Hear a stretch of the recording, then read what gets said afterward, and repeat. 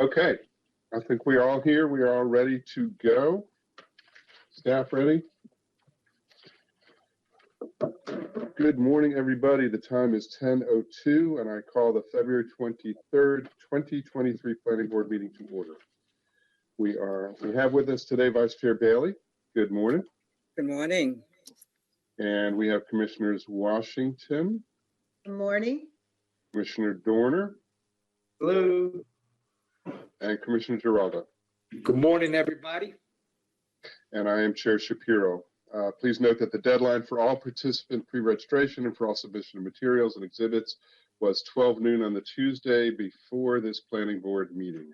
Registered speakers may join the meeting with the link provided in the email provided by the planning board office or listen by phone by utilizing the call-in number provided in the email. Of course, anyone may tune in to watch the planning board meeting via live stream. And if you wish to speak or become a person of record, you may use our online web form, which you will see referenced on the screen.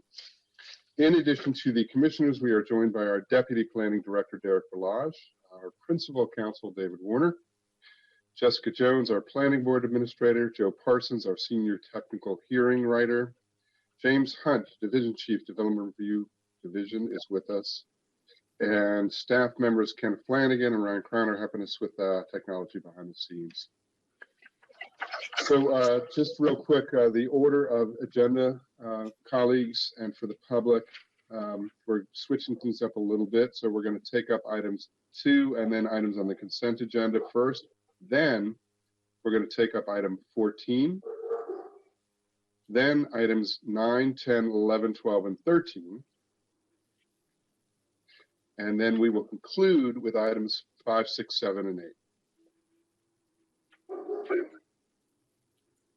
Okay, clear. For item 2, the motion to approve the draft minutes, I'm going to switch this up a little bit, which is, and Mr. Warner has agreed with me, without objection, the draft minutes for February 16, 2022 are approved. Moving on to the next item, the consent agenda. We have items 4A, B, C, and D. There's one item on the consent agenda that was a recent add. This is item 4C.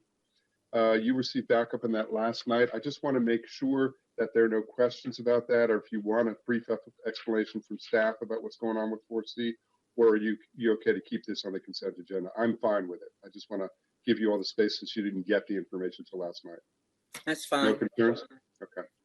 Okay, so then is there anyone here who wishes to oppose the staff's recommendations on items 4A, B, C, or D? Chair?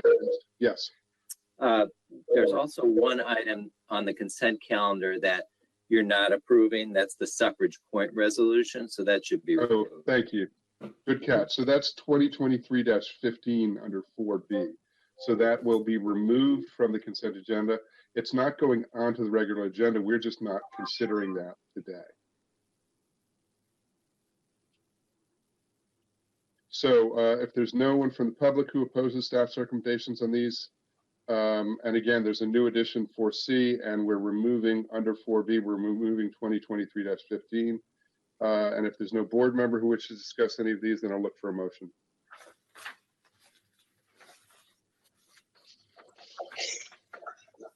Mr. Chairman, after consideration of the record for item numbers 4A, 4B, minus 2023-15, and 4C and 4D, I move adoption of staff findings and approval of the items on the consent agenda in accordance with the recommendation of staff. Second. You did not hear me. Okay, thank you. We got a motion by Commissioner Washington, and second by Vice Chair Bailey. Any discussion on the motion? Seeing none, I'll call the roll. Commissioner Washington. I vote aye. Vice Chair Bailey. Vote aye. Commissioner Dorner. Vote aye. Commissioner Giraldo. I vote aye. I vote aye as well. The ayes have it 5-0. Okay, so now we are going to move to item 14 on our agenda. Let me get to that in my paperwork, folks.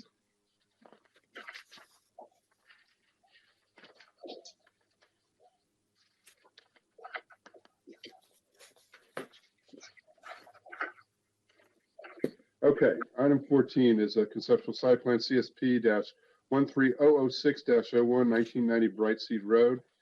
This is a request for a continuance to March 23, 2023. We have Mr. Burke with staff who can give us a, am I on the right item? That's correct. Okay, Mr. Burke Yep. can start us off, and then we have Mr. Hatcher representing the applicant. We do have a few folks signed up on this item, but again, this is a request for a continuance. Mr. Burke, you want to take it away? Very good. Good morning, Chair Shapiro and members of the Planning Board. My name is Tom Burke, and I represent the Prince George's County Planning Department Urban Design Section. The application before you is listed as item 14 on the agenda, and is a request for continuance of conceptual site plan CSP 13006-01 for 1990 Bright Seat Road property. The applicant for this case has requested a continuance from February 23rd, 2023 to March 23rd, 2023 to allow the applicant and staff additional time to work through conditions. Staff recommends the approval of this request for continuance. Thank you.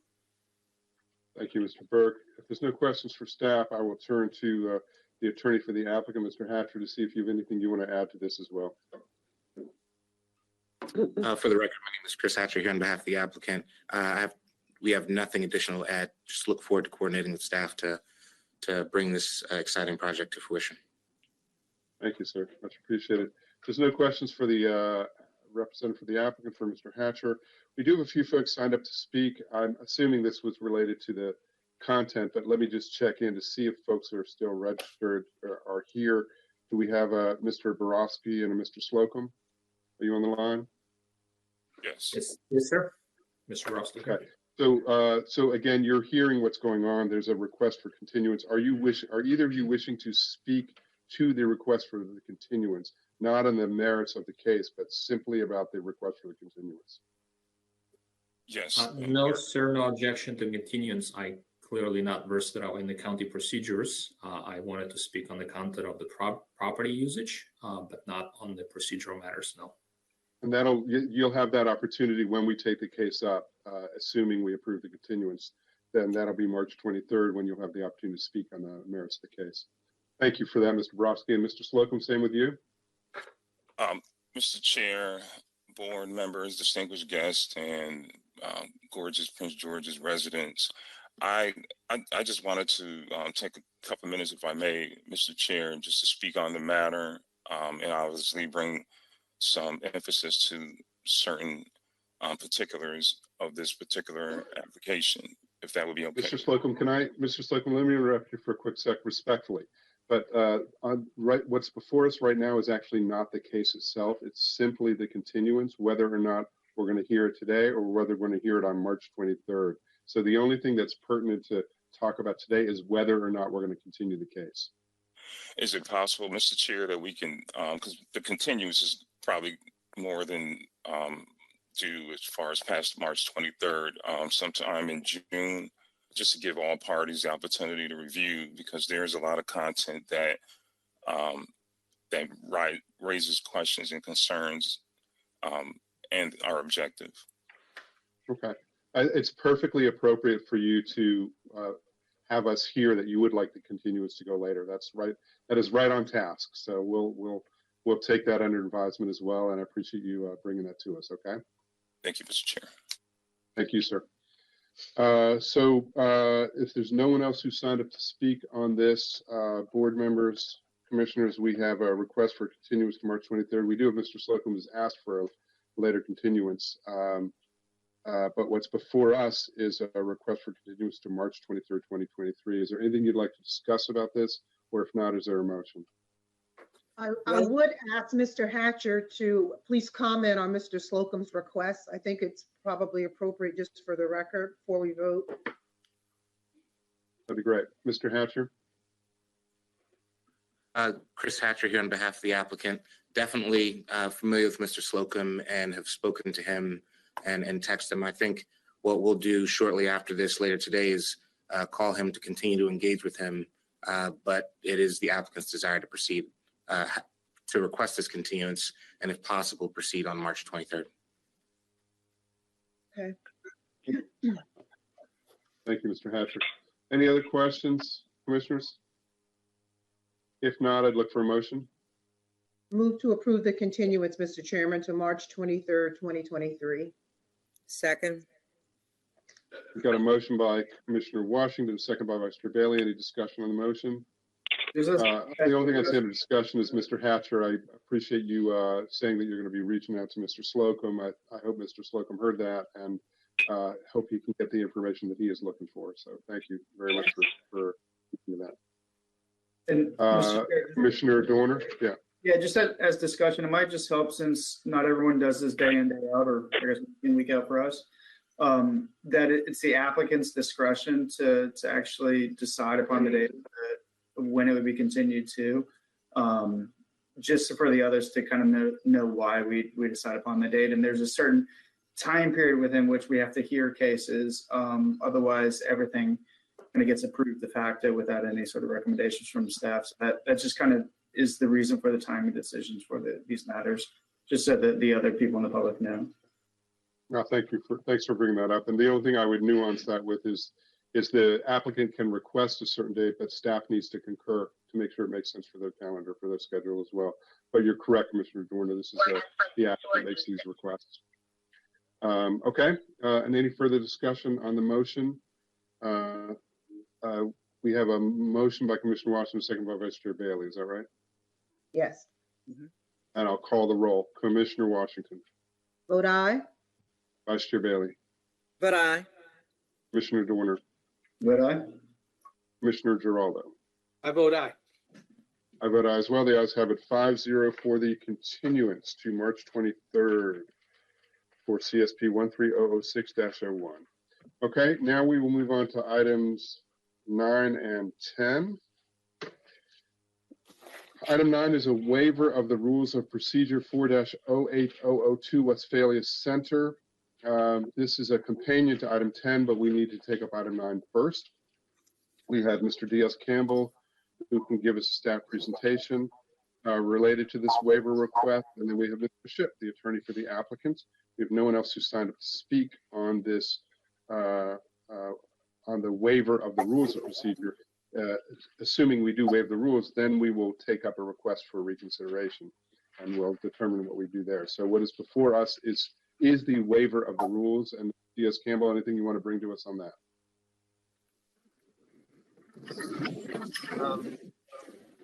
Mr. Chair, I do have a brief presentation. Just would like to know whether you'd like me to give it with item 9 or item 10.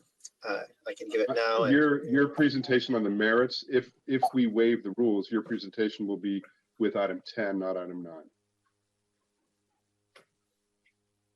So that's correct, Mr. Hunt. Hold on one sec, Mr. Diaz-Campbell. Is that correct, Mr. Hunt? Yes, Mr. Chair. All right, so the question is if the staff has anything that they want to say related to the waiver of the rules of procedure. I assume not. I just want to give you the opportunity.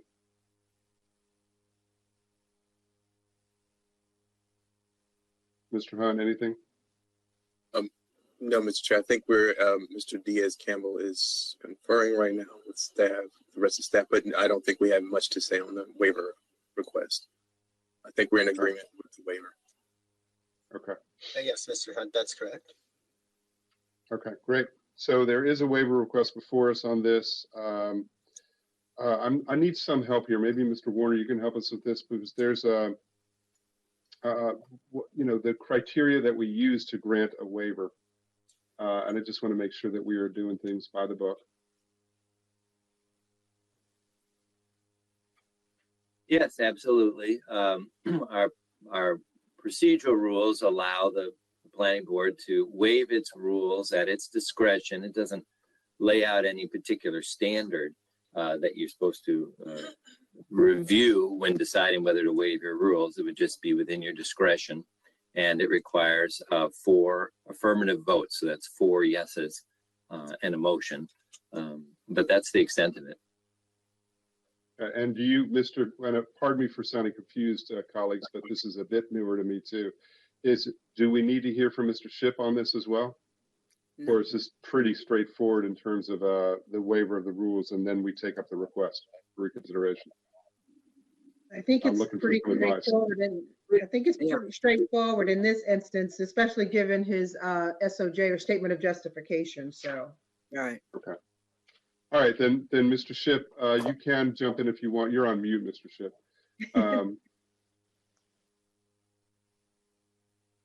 Mr. Chairman, I just didn't want to interrupt, but I do want to make sure that I was signed up for 9 and 10. That was my intention. So I have nothing to add to what Mr. Warner said on the procedural part.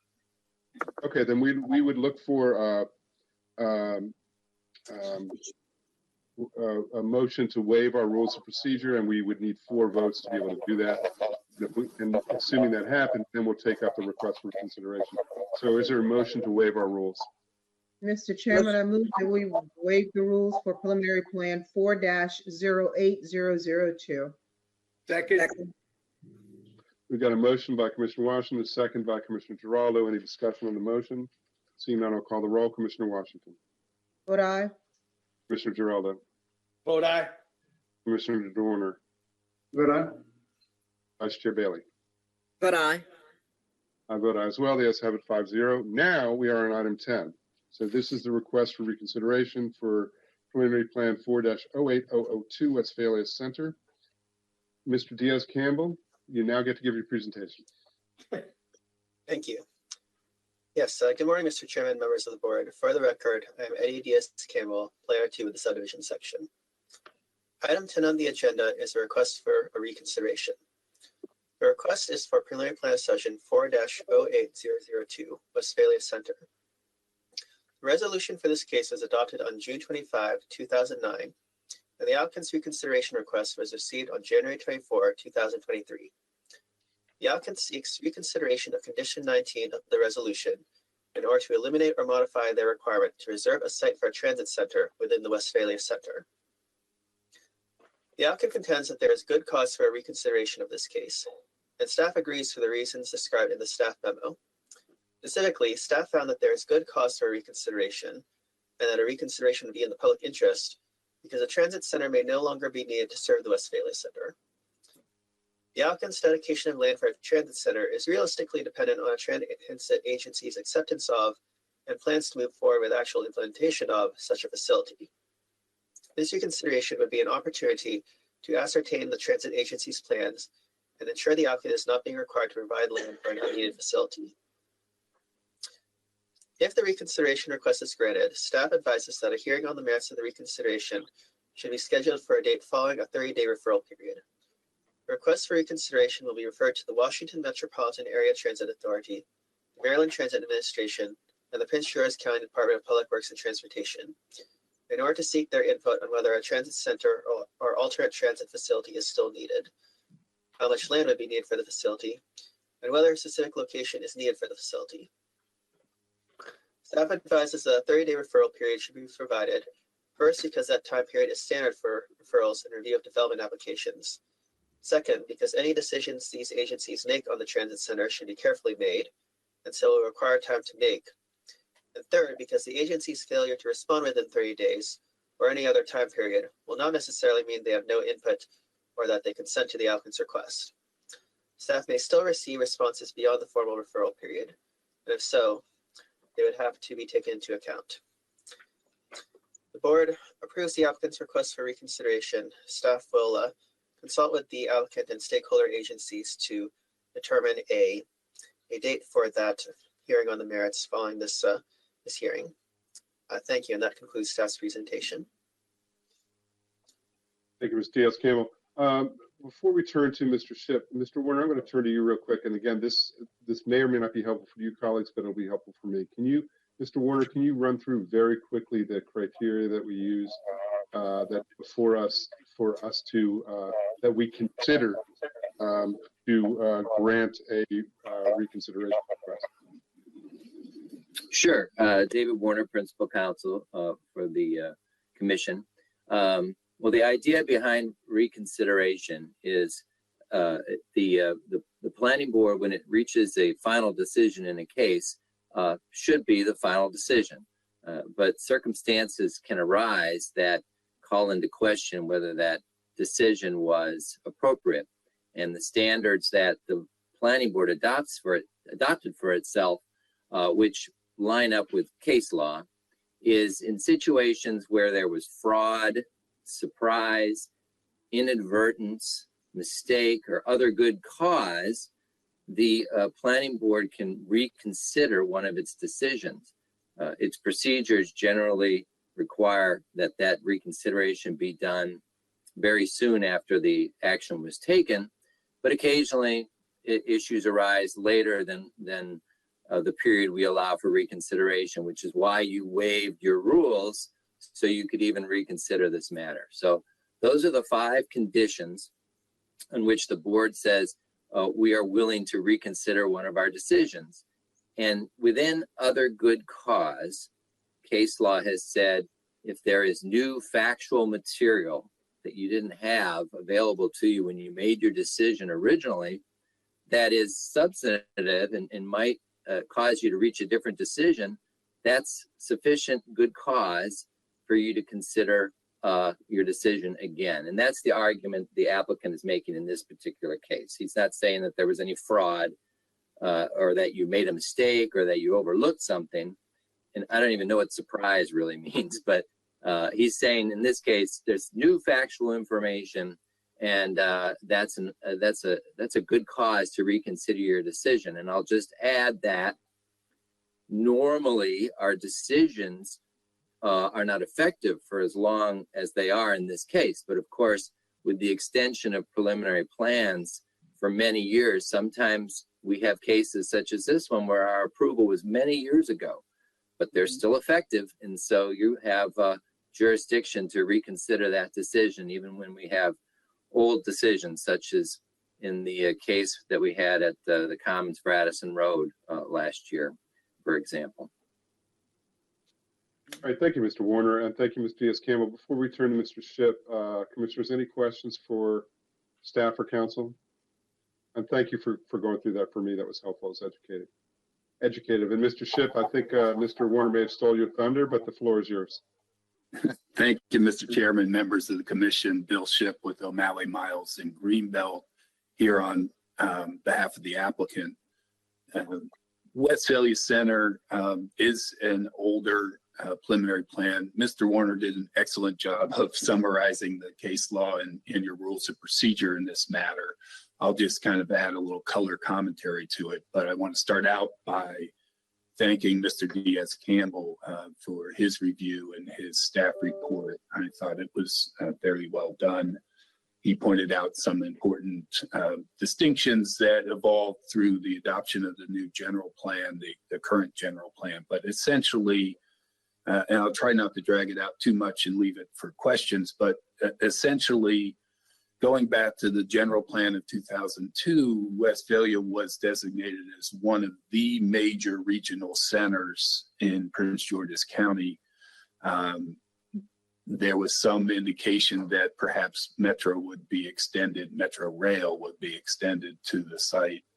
That vision was carried forward both in the sector plan and then ultimately the preliminary plan. But subsequent to that, the 2035 plan downgraded Westphalia. As you know, we focused in 2035 on 4 major centers. Westphalia was not one of them. Westphalia was classified as a local town center, which is more auto-oriented with limited bus access, no metro extension in discussion anymore. So the underlying justifications for the transit center no longer exist. And it's not just a change of concept. On my client's standpoint, the general plan, the county's main planning document, essentially changed the classification of this location. Certainly a 4-acre transit center is not required. And we have had discussions with WMATA and the county's bus transit service, and they have told us that they don't see constructing and operating a transit center here. We have been working with Public Works since last April on this, and as recently as last night, I've gotten confirmation from the county executive's office that DPW has reached a decision. So I'm confident that we will come in together on this. I had initially requested not only a waiver of the rules to allow you to reconsider this, but a waiver of the rules to go ahead and make a substantive decision. Staff, as you heard in their presentation, was not amenable to that and preferred to have the referral process. We understand that. The only request I would make additionally, if we're fortunate enough to have you agree to reconsider this, then you would be setting it in for a hearing on the merits, if you will. I don't think a 30-day referral period is needed. There's limited number of agencies involved here. We've been working with DPW, as I said. I would request respectfully a 2-week period to March 9th. But of course, that's within the discretion of the planning board. That essentially is a summary of what I put in the justification statement with the modification with the request for a new planning board date. And I'm here to answer any questions the board might have. Thank you, Mr. Shipp. And I'll turn to I'll check in with my colleagues, but also Mr. Hunt, I'll look for your thoughts on March 9th versus 30 days as well. But commissioners, any questions for Mr. Shipp, for the applicant and his team? No questions. Mr. Hunt, thoughts on March 9th versus 30 days? Thank you, Mr. And staff. Thank you, Mr. Chairman. Yes, staff does agree with the 30-day wait period. The reason why that is because we have to refer those out to those other agencies, and typically agencies like State Highway Administration, the state, they're taking longer than around 30 days to get comments back to us. So that's the reason why we're suggesting the 30-day time period, and we don't know what the other agencies are actually looking for as far as their time period as well. So just to be on the safe side, staff is requesting that 30-day referral time period, and then immediately after that's taken place, we'll go ahead and try to schedule that for as soon as we can on the next available planning board date at that point, but making it as soon as possible. Okay, thank you for that. And so, colleagues, assuming we grant the request for reconsideration, I think staff makes a good case, and I think we should follow their lead on the timeline, despite respectfully, Mr. Shipp, but that makes sense to me. Any other questions for Mr. Shipp or staff? Seeing none, I will look for a motion. Mr. Chairman, I move that we approve the request for reconsideration for preliminary plan 4-08002, specifically related to reconsideration for condition number 19, on the basis of good cause for the reconsideration and in furtherance of substantial public interest, given that a transit center may no longer be needed to serve the Westphalia Center. Second. Excellent. And I appreciate you being specific about what we're granting the request, what criteria we use to grant the request for reconsideration is helpful in the motion. So we got a motion by Commissioner Washington, a second by Commissioner Giraldo. Any discussion on the motion? Seeing none, I'll call the roll. Commissioner Washington. Vote aye. Commissioner Giraldo. I vote aye. Commissioner Dorner. Vote aye. Vice Chair Bailey. Vote aye. I vote aye as well. The ayes have it 5-0. Grant the request for reconsideration. And for the public purposes of Mr. Shipp, we're going to follow staff's recommendation. This will be a 30-day referral period. Thank you, Mr. Chairman. Okay. Thank you, Mr. Shipp. Thank you, Mr. Diaz-Campbell.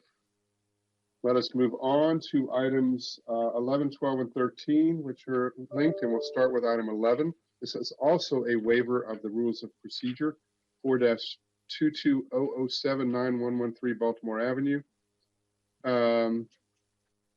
So similar to before, we can, there's a bunch of folks who signed up to speak. I'm assuming these are folks who signed up to speak related to items 12 and potentially 13, but not item 11. Because the item 11 is simply us waiving our rules of procedure. So as we just discussed earlier. So commissioners, any thoughts, questions, or reactions about whether we should waive our rules of procedure? If not, I would look for a motion.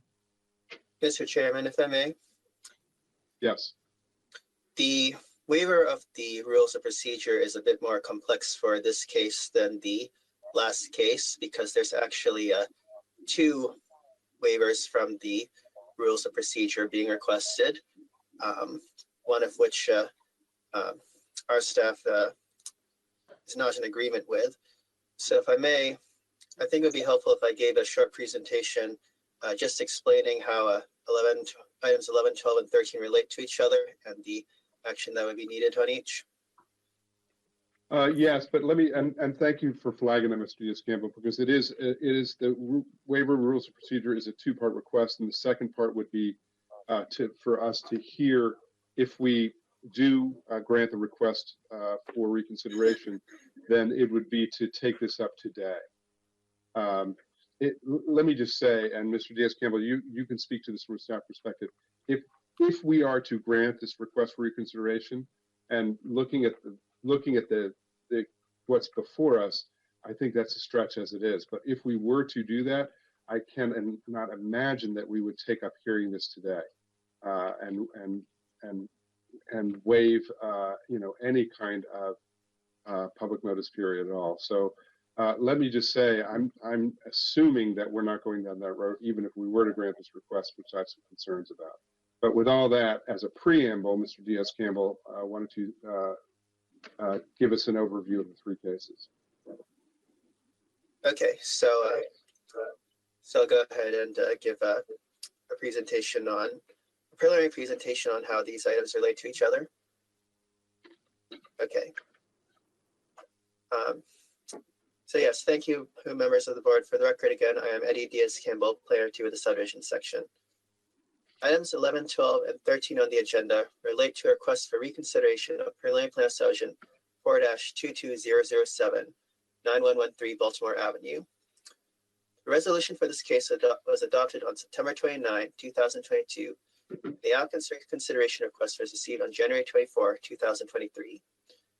The applicant has submitted this request for reconsideration in order to convert a previously approved right-out access along the property's US Fund frontage to a right-in, right-out. As a matter of housekeeping, there are 4 items of additional backup for these cases.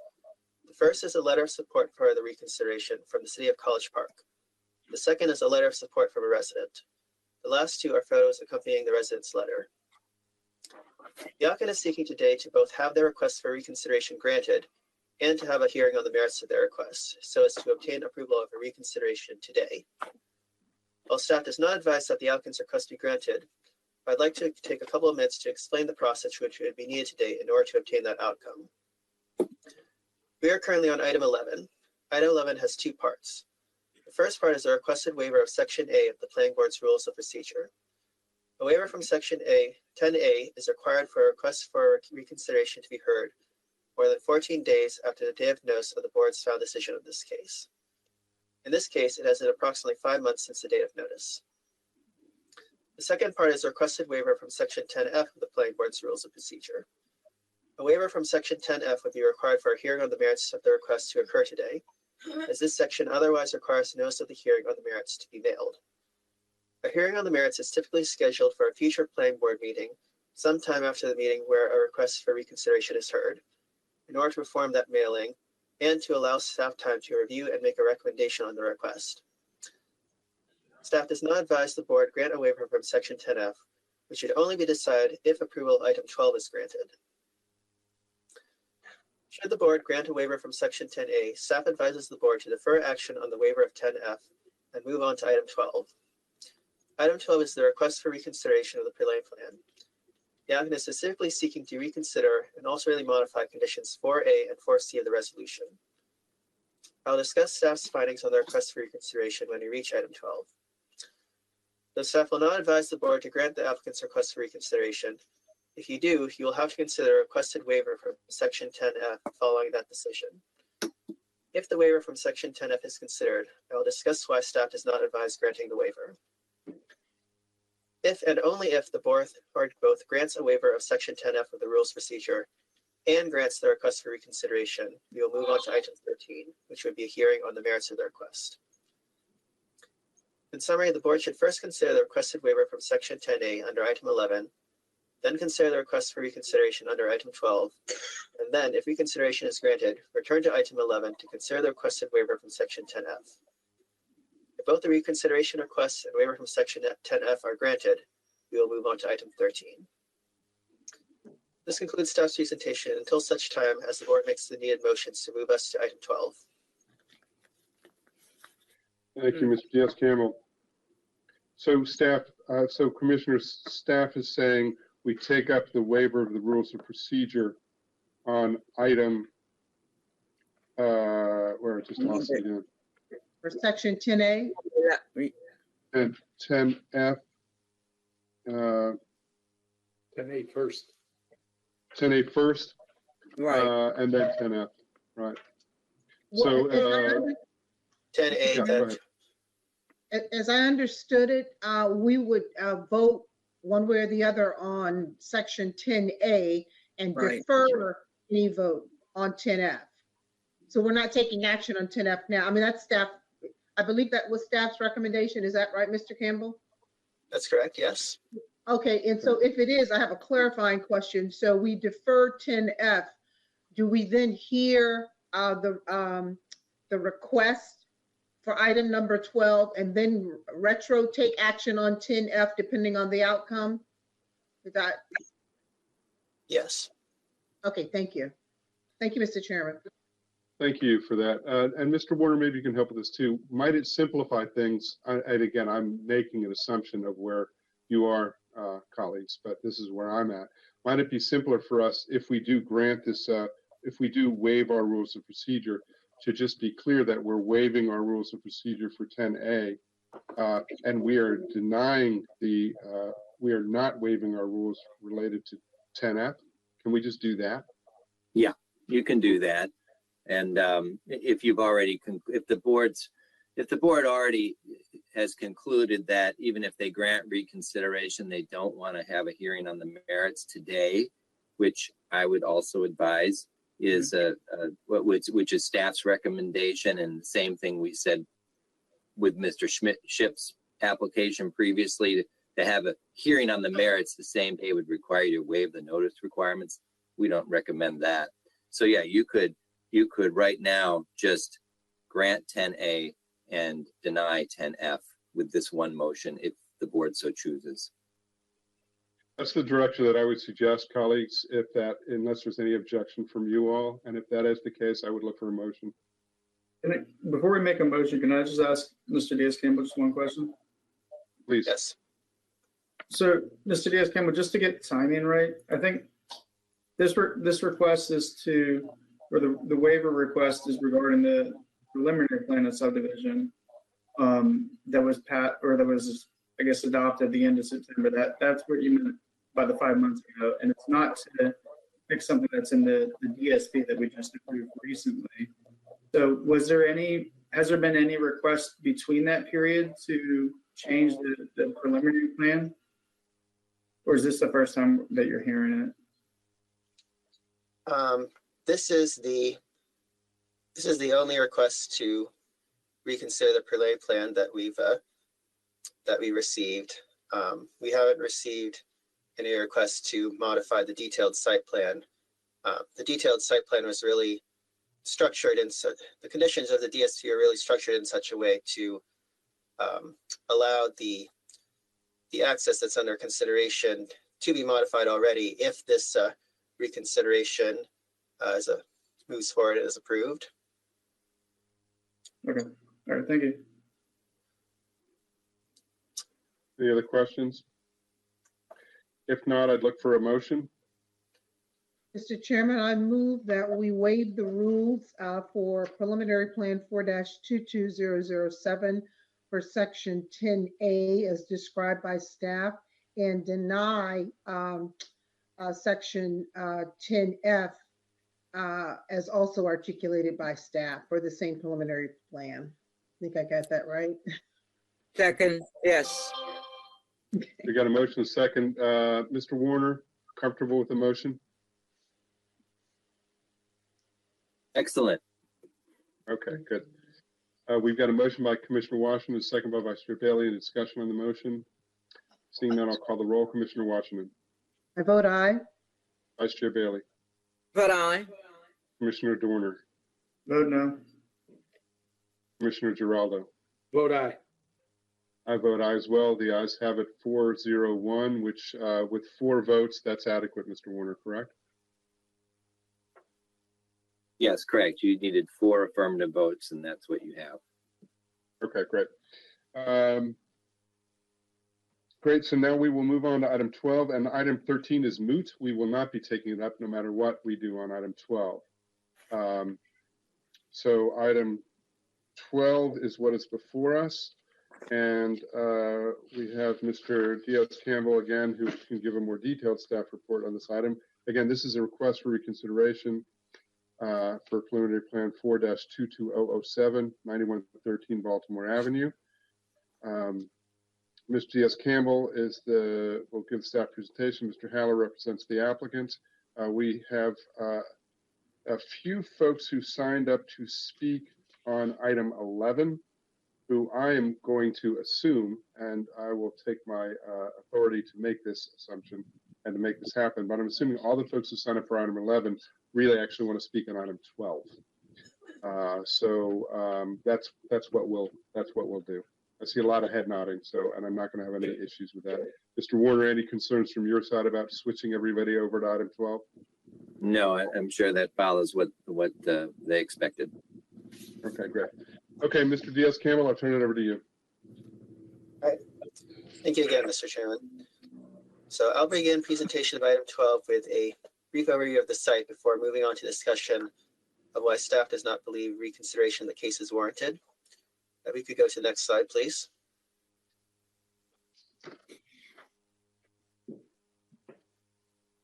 The site is located in the northwestern part of Prince George's County within Planning Area 66 and Council District 3. Next slide, please. More specifically, the site is located at the northeast corner of Baltimore Avenue and Cherokee Street. Next slide, please.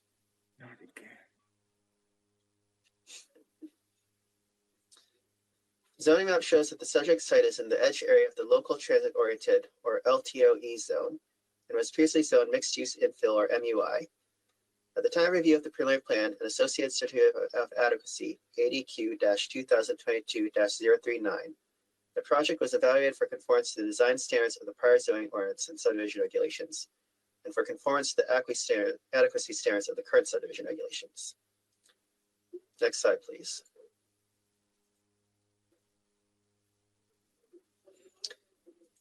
The overlay map shows that under the prior zoning ordinance, the site was in the Development District Overlay, or DDO zone, associated with the 2010 approved Central US 1 Corridor Sector Plan and Sectional Map Amendment.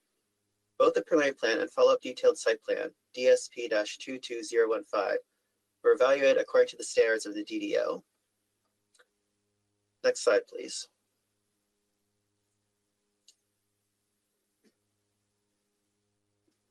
This aerial shows the site's surroundings. Note that the vacant parcel just south of the site across Cherokee Street is approved for multi-family development under DSP-03098-06. Next slide, please. This is the site map showing the existing buildings on site. Next slide, please.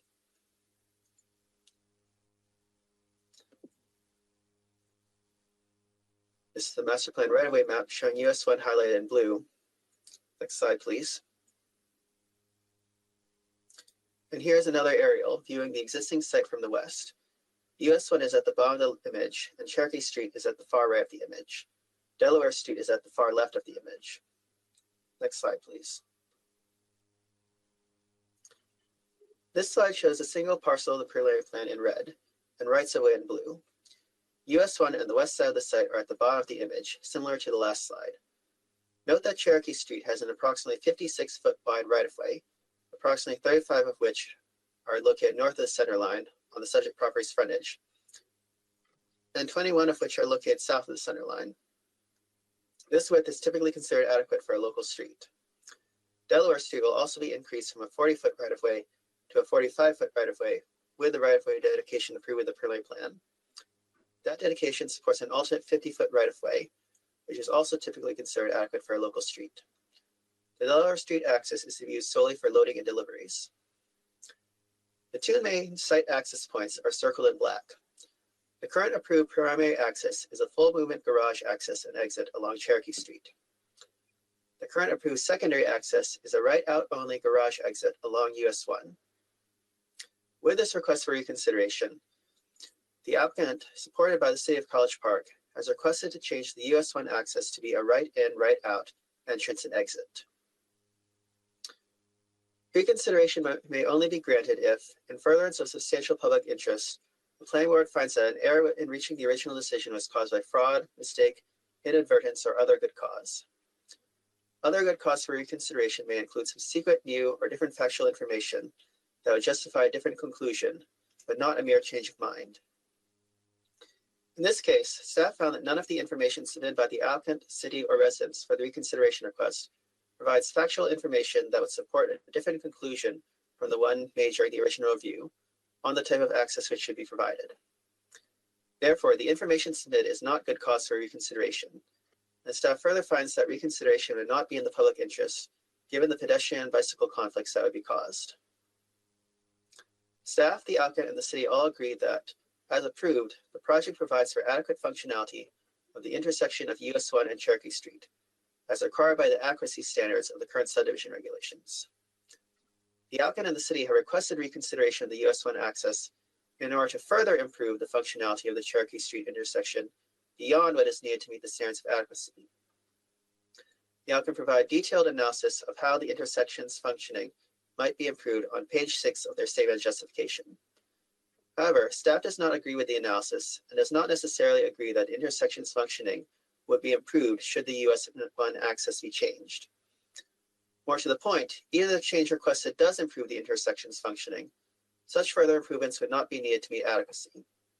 For that reason, staff does not believe the potential benefits to vehicular traffic outweigh the potential harm to pedestrian and bicycle traffic along US 1 should the access be changed.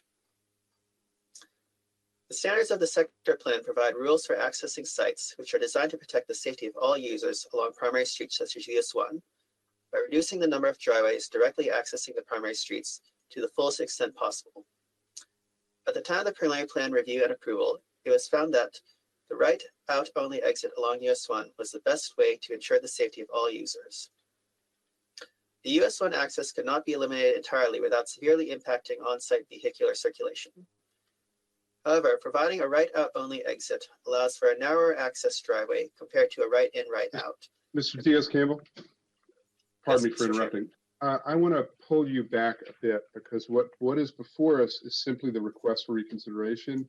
And if you can keep your less on the merits of the case that we actually already decided around this, and more back on, is based on our rules.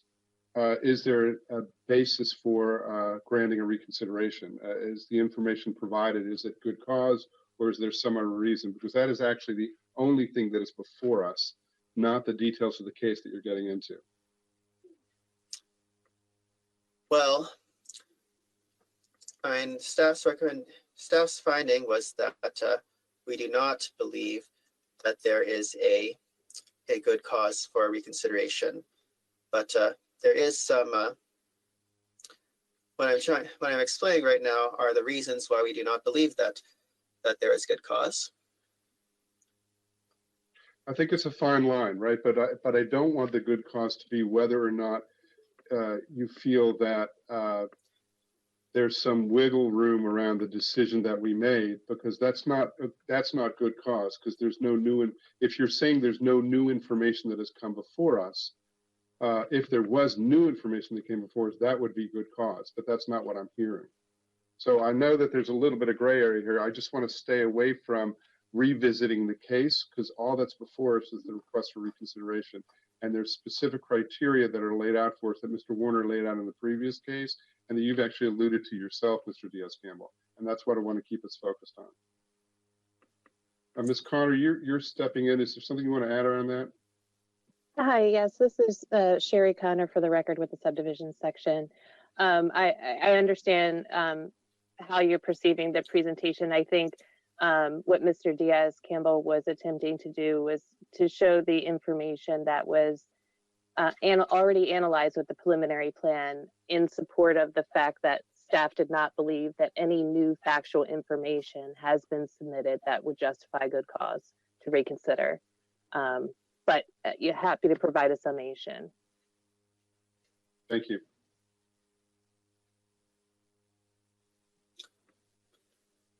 So I think, as Ms. Connor said, I think Mr. Diaz-Campbell, bottom line, what I'm hearing is there is no new information that you've seen that would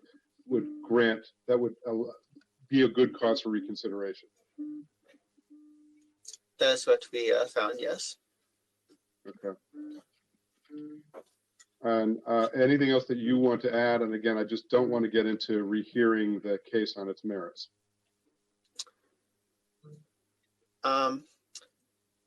I guess I would just say that, to summarize, we found that the application, that the request the applicant and the city have before us, it would decrease pedestrian safety. That's something we previously found and are finding again. It would not be needed to meet traffic adequacy. That's something we previously found and are still finding. And because of that, it's not in public interest. That's really the bottom line. Okay, I appreciate that. Commissioners, I wanted to keep us focused on the request for reconsideration. If there's additional information that you all want, or you think there's some piece of this that would be helpful for you to hear, I just caution us not to get into revisiting the case separate from this reconsideration request. So the real issue is there any new information that would be a good cause for reconsideration? So commissioners, questions for staff? And we are going to hear from the applicant, and I think there are other folks who signed up to speak as well from the city of College Park and others. So, but first, questions for staff. Nope. Okay. Thank you. We will now turn to the attorney for the applicant, Mr. Kornblatt.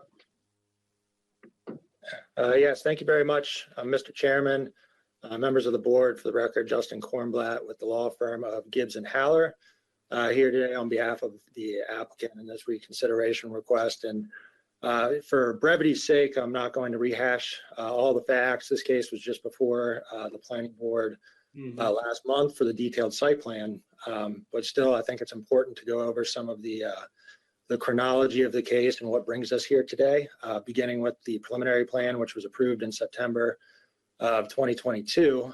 When that plan was initially filed, the applicant was showing a right-in, right-out access onto Route 1, and following staff level discussions, that access was limited to right-out only.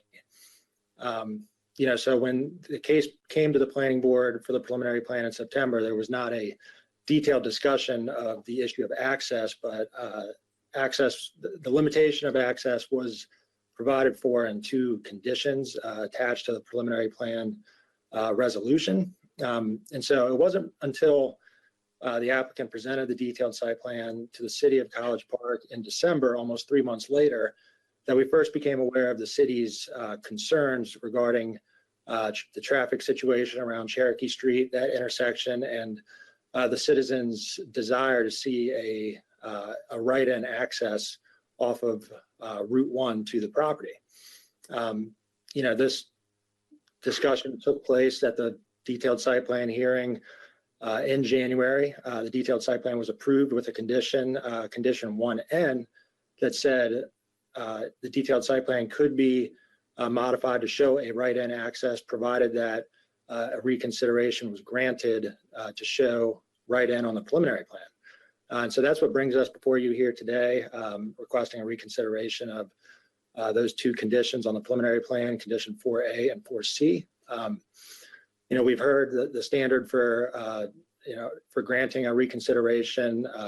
It must be in the public interest, and it must be the initial decision must be the result of fraud, mistake, surprise, inadvertence, or other good cause. We would submit that there is that granting the reconsideration would be in the public interest, given that the grounds for requesting the reconsideration really is in response to the concerns of the citizens who live in this area, who travel these streets every single day. And as staff noted, and as we've heard earlier, the Maryland Supreme Court has had opportunity to define good cause. They've defined that as new or different factual information.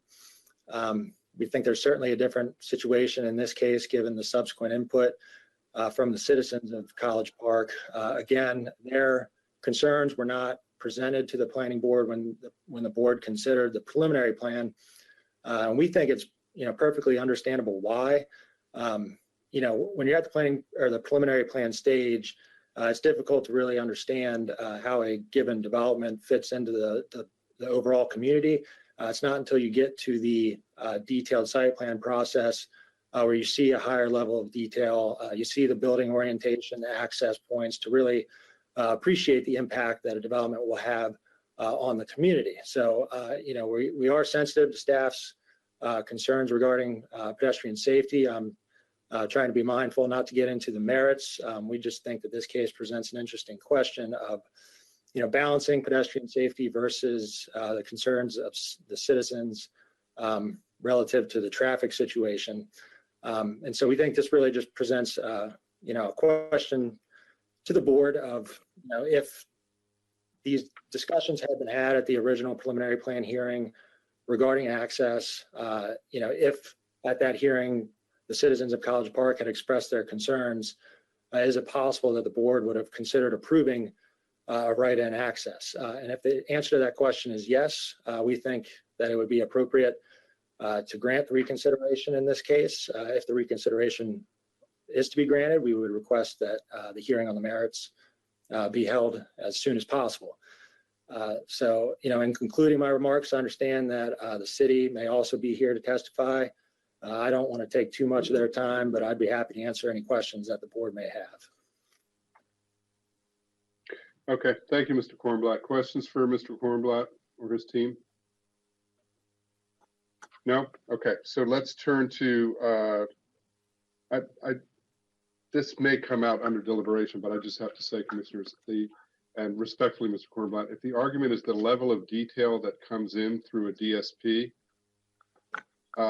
is good cause for granting a reconsideration of a preliminary plan, then we are in trouble. Because there's always new level of detail that comes in at DSP. So I'm trying to get my head around that, Mr. Kornblatt, how you would consider that good cause. And Mr. Chairman, I would like to reiterate that the good cause, in our opinion, is the subsequent citizen input. The subsequent citizen input, certainly was a result of the heightened level of detail on the detailed site plan, but I would not argue that the level of detail shown on a detailed site plan in and of itself is the good cause itself. Thank you. Thanks for that clarification. I appreciate that. Okay, all right. So we have a number of folks who signed up to speak. Let me just make sure who's here, and if I've missed anybody, and I'll actually turn to the city to figure out how you want to order folks to speak. But I have Ms. Bader, Ms. Shum, Mr. Kabir, Councilmember Adams. Is that right, Councilmember? You're here? Yes, sir. Okay, thank you. And Ms. Ferguson, Susan Whitney, and Judy Blumenthal. And Ms. Blumenthal, you were not with the city. No, sir, I'm not. I'm just a citizen, a resident. That's right. Thank you. So for the city of College Park, well, Ms. Blumenthal, I'll have you go last, but for the city folks from City of College Park, let me turn to you, Ms. Shum. Maybe you can help me. How do you want to order this? Does it matter to you? Thank you, Mr. Chair. Typically, staff would go first, but I would, defer to any council member if they would like to go first in this matter. But If they're okay, I can start this out, followed by the city attorney and then the council members and residents. All right, so let me check with council members Kabir, council members Adams. Are you okay having staff go first? Or would you like to please. go first? Yeah, Michelle, please go first. That is fine with me. Thank you. Thank you. Oh, I'm sorry, Ms. Whitney. I didn't identify you as a council member either. I apologize. So we That's have all three right. Thank council. you. All right, Ms. Shum, take it away. Okay, great. Thank you, Mr. Chair. Good morning, members of the board. I'm Terry Shum, Planning Director for the city, here representing the City of College Park's position in this matter. And I want to start out by saying we are in complete agreement with the statements made previously by Mr. Kornblatt and filed in their request letter to the board. The city does believe there's both good cause, public interest, and in fact, perhaps a mistake that was made that will warrant you to take up this case. So in regard to the public interest, it seems unreasonable to ignore the obvious benefits of adding a right-in turn to this project that were demonstrated in the traffic studies. If you recall, there were 2 traffic studies prepared, so you're able to compare the differences between just a right out and a right in, right out. So there are obvious benefits to taking up this reconsideration. They're demonstrated in the traffic studies, and they're underscored by the testimony you've received by residents in regard to this matter.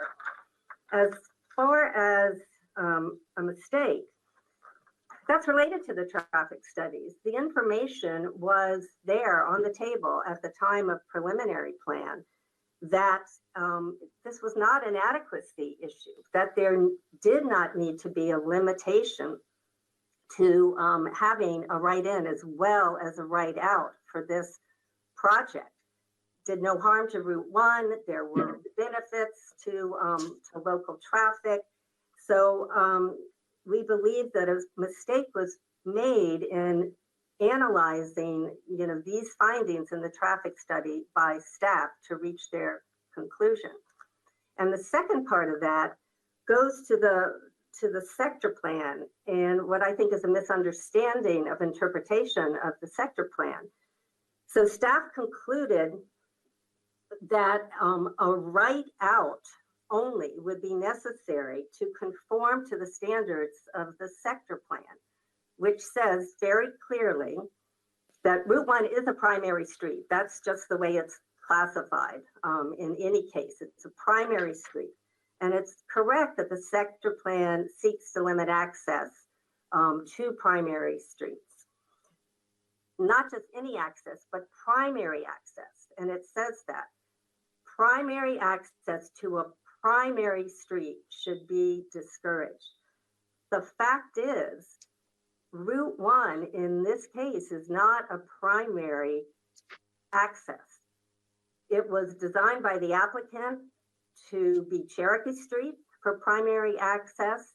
It's supported by the numbers in the traffic studies as primary access. And the fact that you would add a right into the project does not change that status whatsoever. In addition, I would point out that in the detailed site plan, a modification was already approved by the board to allow a modification of the sector plan to allow access to Route 1.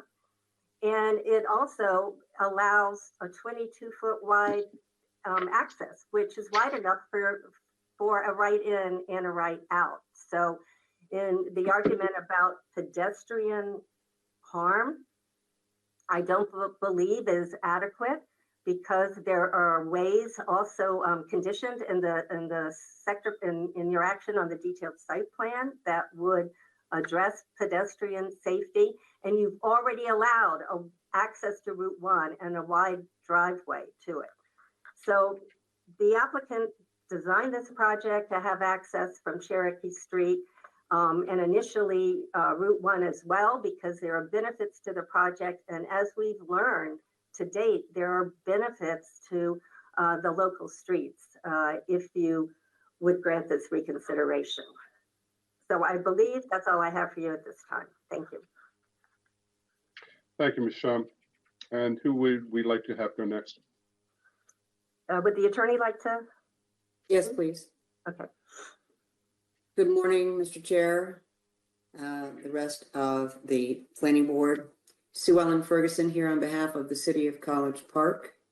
Just to sum up what Ms. Shum has said, and we've tried to be respectful of what the board is looking at this point. To sum up, there was a mistake made with respect to whether or not there was a violation occurring in the access onto Route 1. The fact that there was access onto Route 1 did not make it the primary exit or entrance for this project. That still remains on the other street, on Cherokee. And that mistake was made, and many things came out of that, which was a support by staff saying, no, don't allow this right in, which was requested by the applicant from the very beginning. The traffic studies show that this would make a difference. And so it's something that is material. It's not just something that's a mistake that doesn't have any effect. And of course, the public interest would be served in a better operating intersection, and as the residents are here to tell you, will be the case if the right in, right out is allowed. Thank you. If there are any questions, I'd be happy to answer.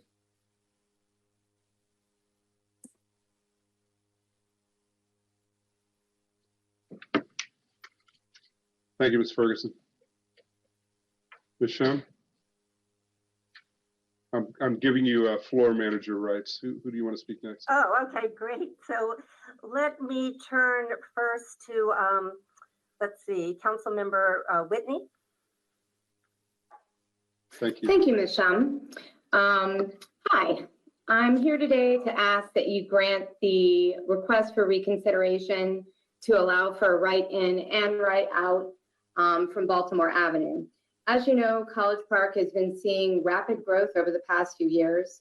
Since 2018, we've had 3,600 more beds for student housing, 992 more units of family housing. Still, we welcome this development and its much needed affordable housing units. That said, we want to ensure the least possible impact to the existing community. When council approved the preliminary plan that came before us in September, it was with the right-in included. And we had an extended discussion about that right-in, right-out and the fact that council wanted that to be there. The traffic study performed for this project didn't look at the Rhode Island Avenue, Cherokee Street intersection that is on, at the east side of Cherokee Street.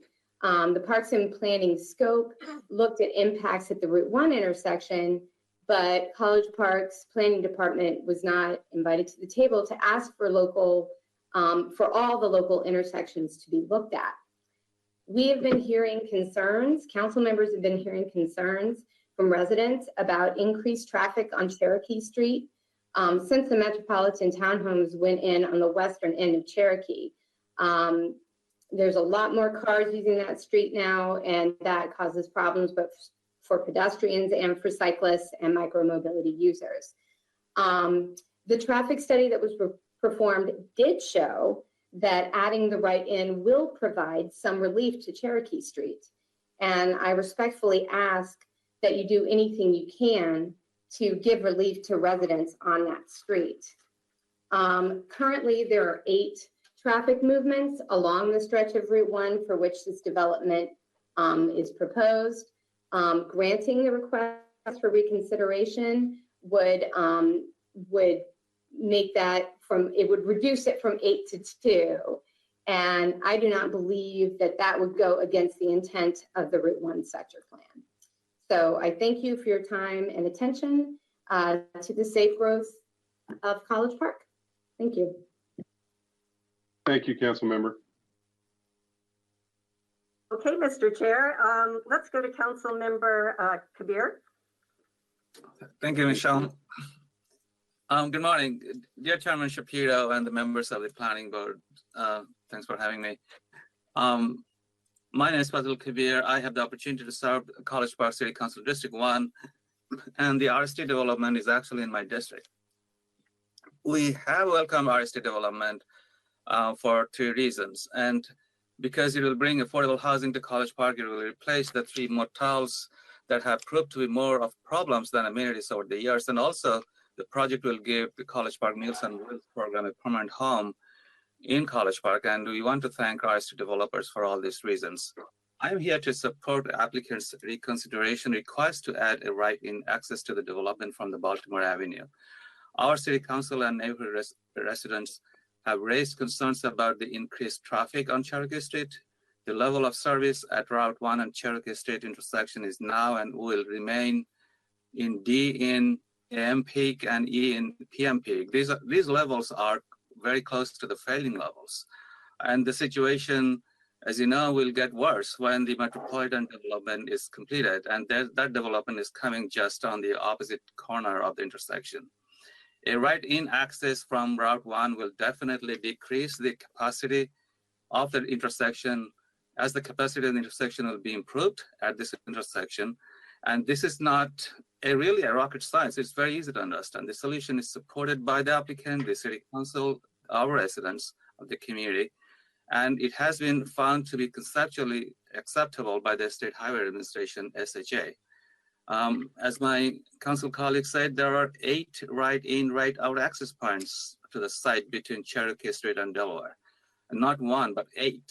Adding just 1 right-in access to this very long stretch of Route 1 will not cause any negative impact on the pedestrian safety. Also, there will not be any retail, so no storefront along this 600-foot long property frontage. This is an extremely long block, and having mid-block access to garage is very usual.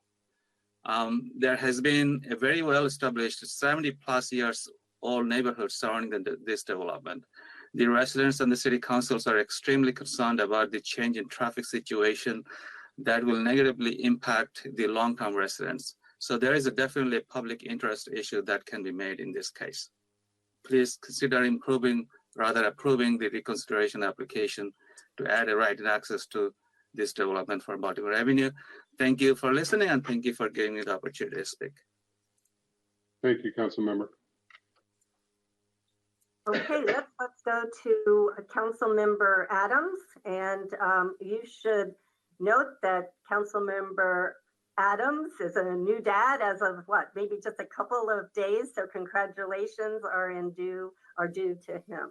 So yes, thank you so much. So Councilmember Adams, I'm in District 3. So this is the furthest district actually from this location, but I'm a daily user of Baltimore Avenue, and I'm also a strong advocate for pedestrian and bike safety. I'm here today because I do believe that there are merits for a material change, and what the planning board is aware of of this discussion, particularly at the preliminary plan of subdivision. So during August or September, I can't recall the exact date, the applicant came forward to the city council and discussed this preliminary plan of subdivision, which we supported unanimously. In that discussion, we specifically talked about the traffic movements, and we talked about the traffic movements that were assumed for Cherokee, and then we also talked about the traffic movements that were assumed for Baltimore Avenue. And in that discussion back in August, September, we discussed both a right in and a right out in length. I recall talking about a few different items with that, and I think that's really, to me, one of the material changes here is that we would have written something different if, when it was presented to us in August or September for your consideration during your September planning board meeting on the preliminary subdivision, if it had only come to us with a right out only, we likely would have sent a different message to you to indicate that that might not be sufficient for us. So I just want to, I think my other colleagues have done a great job of talking about the public good. And I do believe that there are merits there. But to me, I think I want to emphasize the fact that The preliminary plan of subdivision was unanimously supported by the city council. It was supported with the understanding of both a right in and right out. And I'm not sure the planning board, when you made your decision back in September, truly understood that information, not at your own fault, of course, but we wanted to convey that. And when we heard in December, when the detailed site plan information came to us and a right out only was the only option for traffic movement on Baltimore, we immediately voiced concern. And so I really believe that there are merits for reconsideration. And thank you so much for your time. And I'll defer to my other colleagues. Thank you, council member. Much appreciated. I believe we have Ms. Rosenblum up next. Ms. Blumenthal, you mean? Okay, thank you. Blumenthal, I'm so sorry. That's okay. That's okay. And Ms. Shum, Ms. Shum, your job is done, I believe, so I can take it back. I can take back the floor manager. You do a much better job. Thank you for the opportunity. You did fine. Ms. Blumenthal, the floor is yours.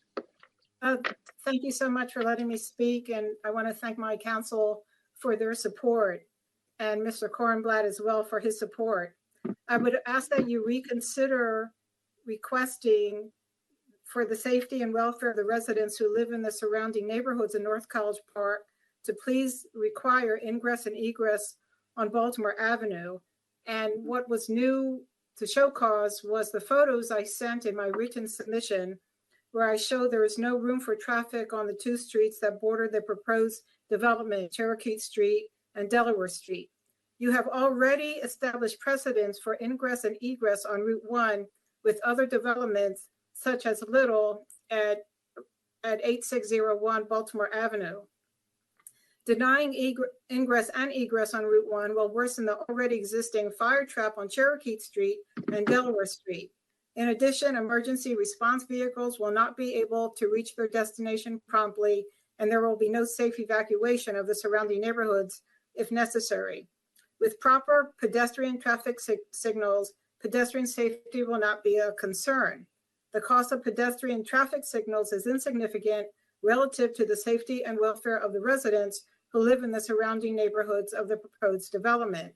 I walk to Old Town in South College Park from time to time, and I do not have any pedestrian problem.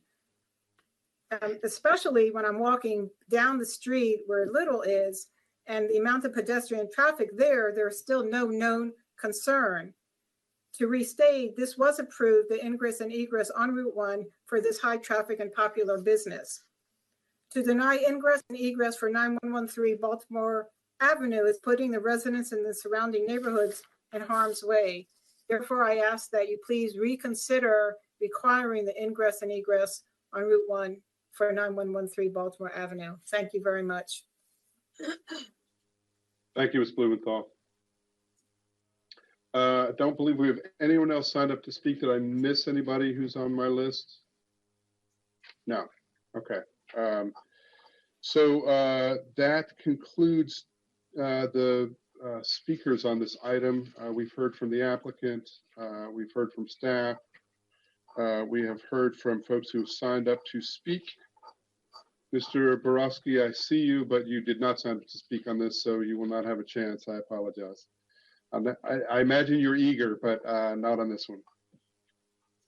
So let me turn it back over to you, colleagues, and just us for discussion around this. And the one thing I would frame this by is we've heard a lot of very, very thoughtful and articulate arguments for right in, right out.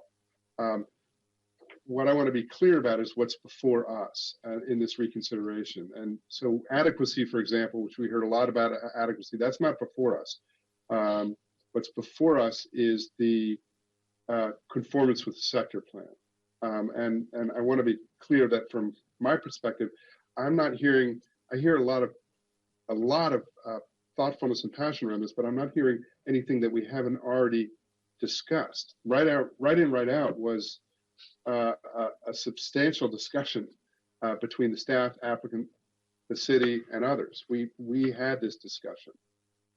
So it's not that there isn't some question about, is there some gray area around right in, right out, and what should we do about it? It's, is there adequate grounds for to grant a request for reconsideration? I want us to be very, very tight and focused about that, and to not rehash the merits of the case. So with that as a frame, I'm curious to see where you all are, commissioners, and let's open a discussion amongst us about this. Mr. Chair, I remember the discussion going back and forth on this several times when we heard the case originally, and I don't see anything to change. Talking about the safety on pedestrians on Route 1, and that was the focus last time, and that's why they did the Cherokee Street being the primary access. So I don't see anything different. That's all I have. Thank you, Commissioner Giraldo. I appreciate it. Yeah. Nothing else? I'm aligned, I think, with what you had said, Chairman Shapiro and Commissioner Giraldo as well. Actually, in the merits of the case, I don't see this as good cause. I see this as almost bad cause, because it's prioritizing vehicular traffic over pedestrian safety by allowing further entrances into the Route 1 area. So I think that actually raises an objection to public safety from my standpoint.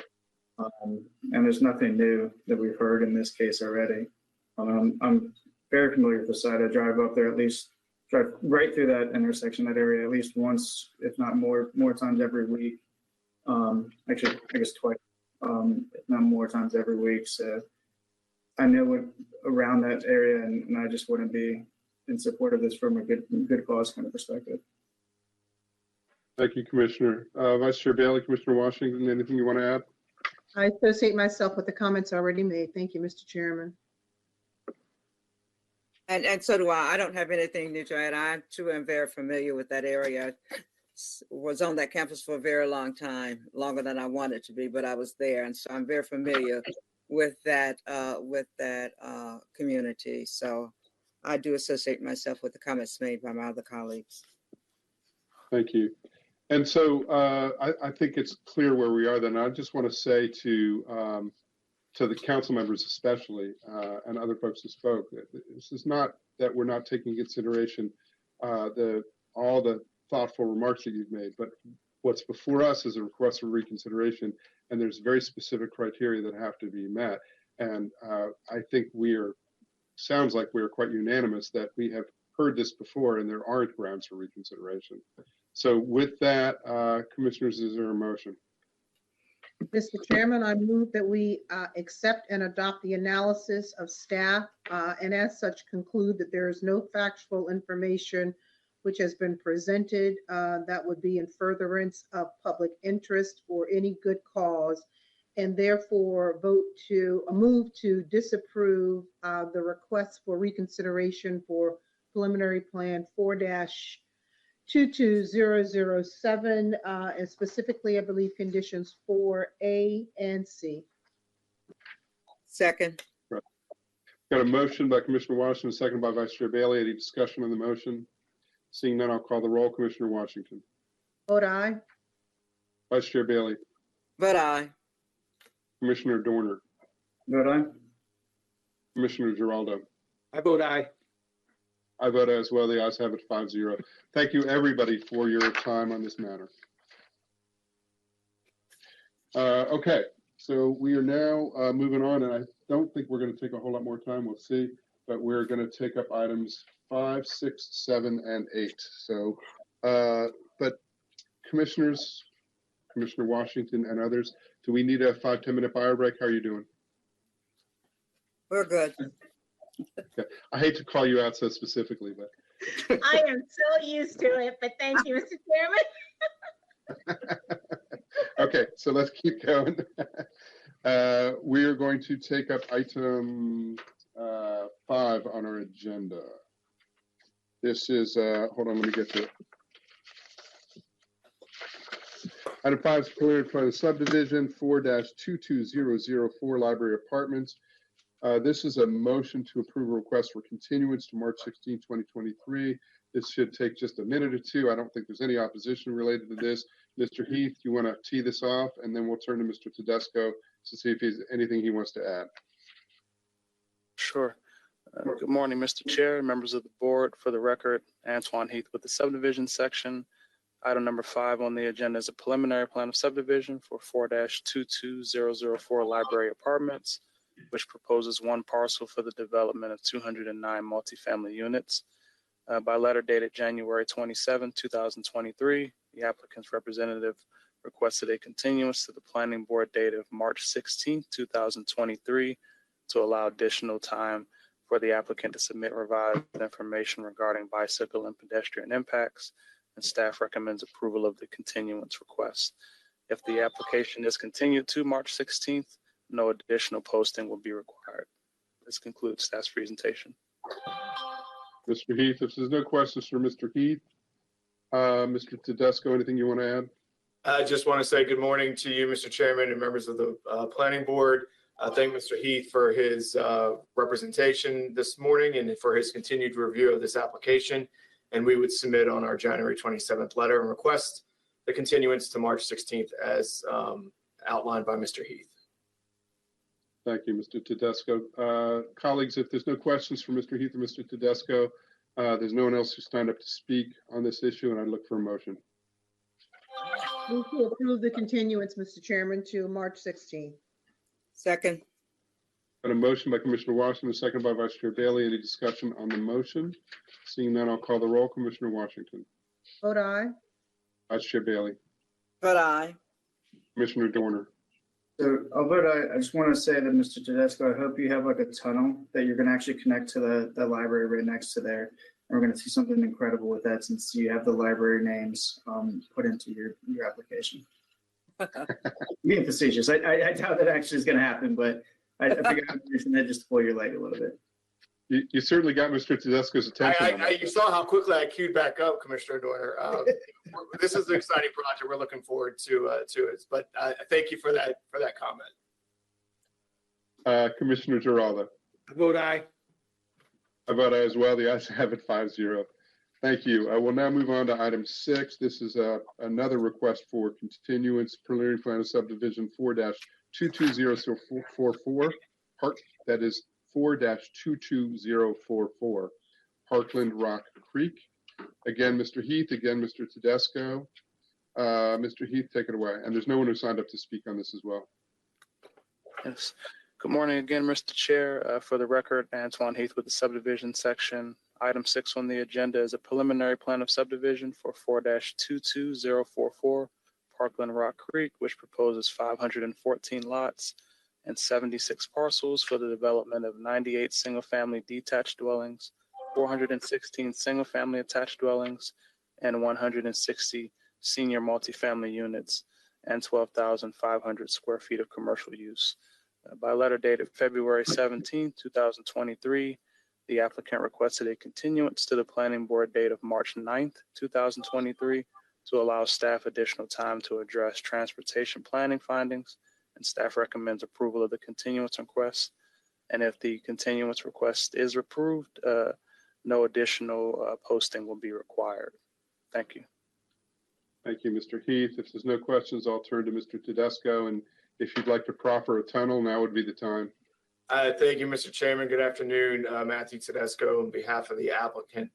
No tunnel on this one, but there is a master plan, major collector road that bisects this property. So the continuance, as Mr. Heath indicated, was to provide staff additional time, which we're happy to accommodate. And we thank staff for its review of this application and respectfully request the board's approval of continuance to March 9th.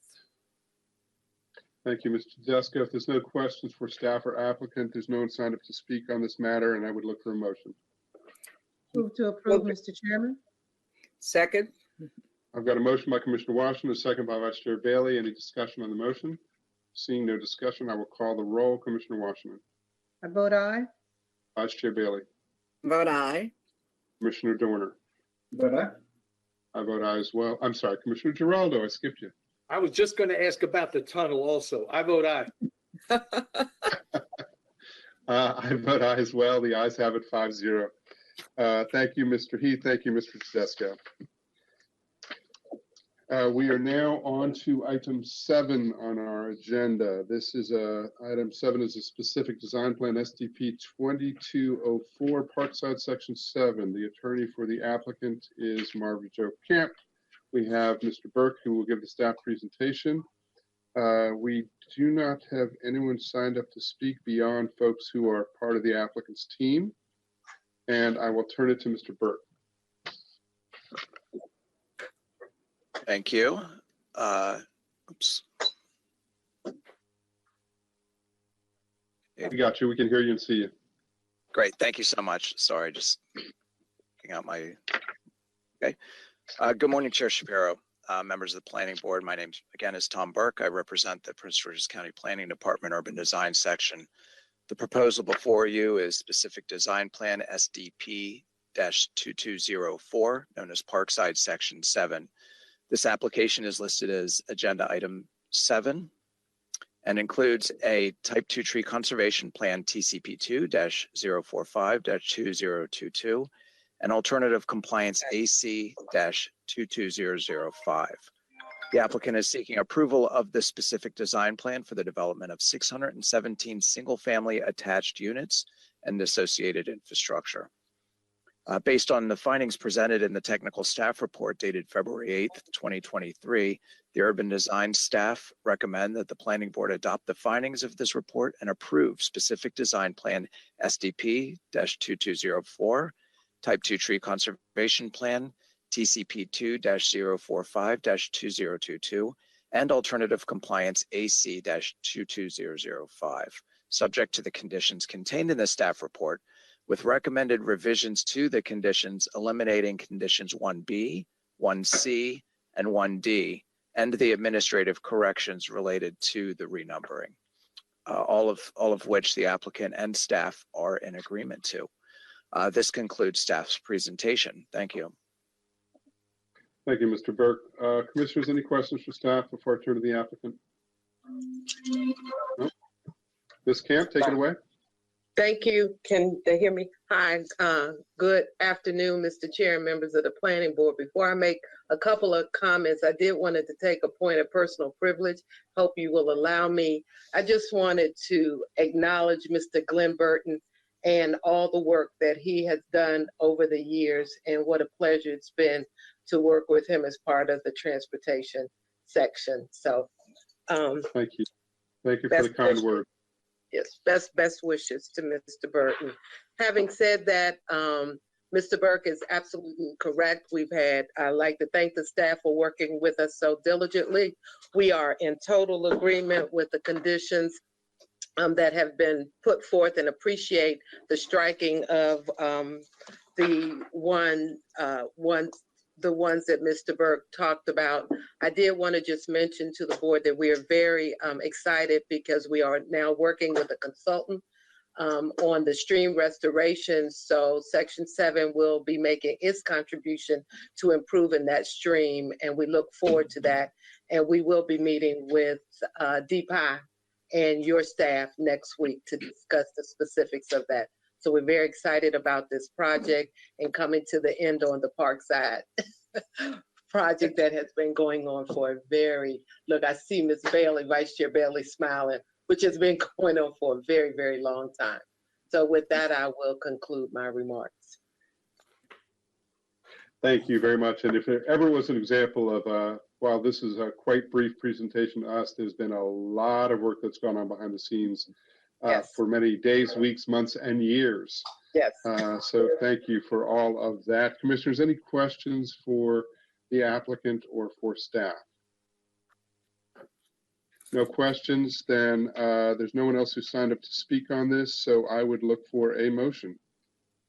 Mr. Chairman, with my pleasure, I move that we adopt the findings of staff and approve SDP-2204, TCP2-045-2022, and AC-2205, along with the conditions as outlined in staff's report, and modified by striking condition 1B, 1C, and 1D, and asking staff to ensure that the administrative balance is reflected in the resolution.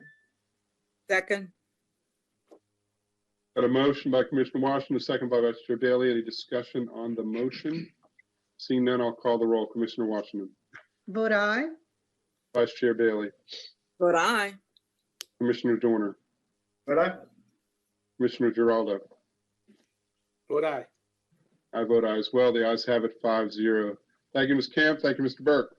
Thank you, members of the board. We have the last case before us today is item 8.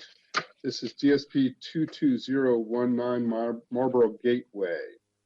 Ms. Gupta is will give the staff presentation. Mr. Foreman is representing the applicant. We do have a request from I think we have a couple folks signed up to speak on this. Mr. Ryan Day, are you with the applicant's team?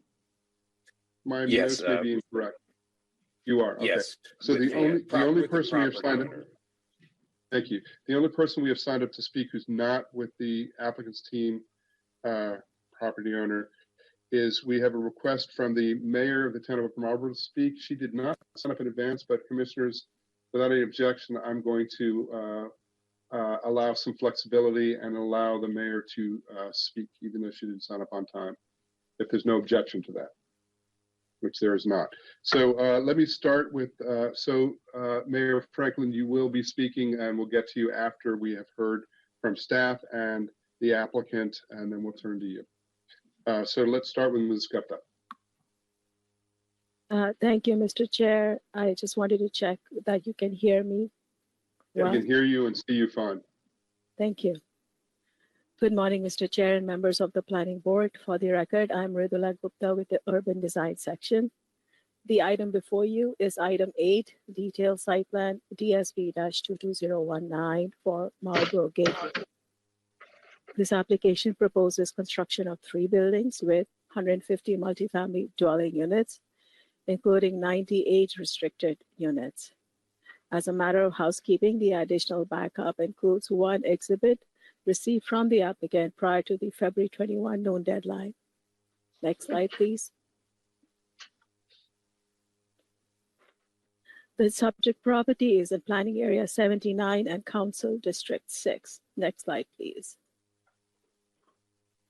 More specifically, the 19.76 acre subject site outlined here in red is located on the north side of Maryland 725 or Marlboro Pike, approximately 400 feet west of its intersection with US 301 or Robert Crane Highway.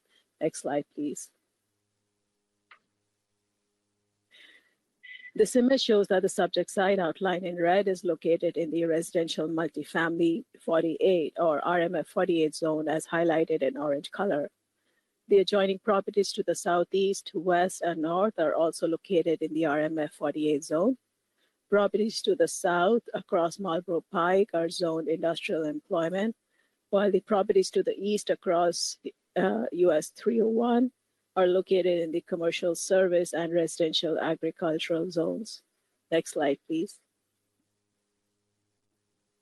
This detailed site plan, however, is reviewed in accordance with the prior zoning ordinance, under which the site is within the mixed-use transportation-oriented or MXT zone, as shown on the slide in dark pink color. Next slide, please.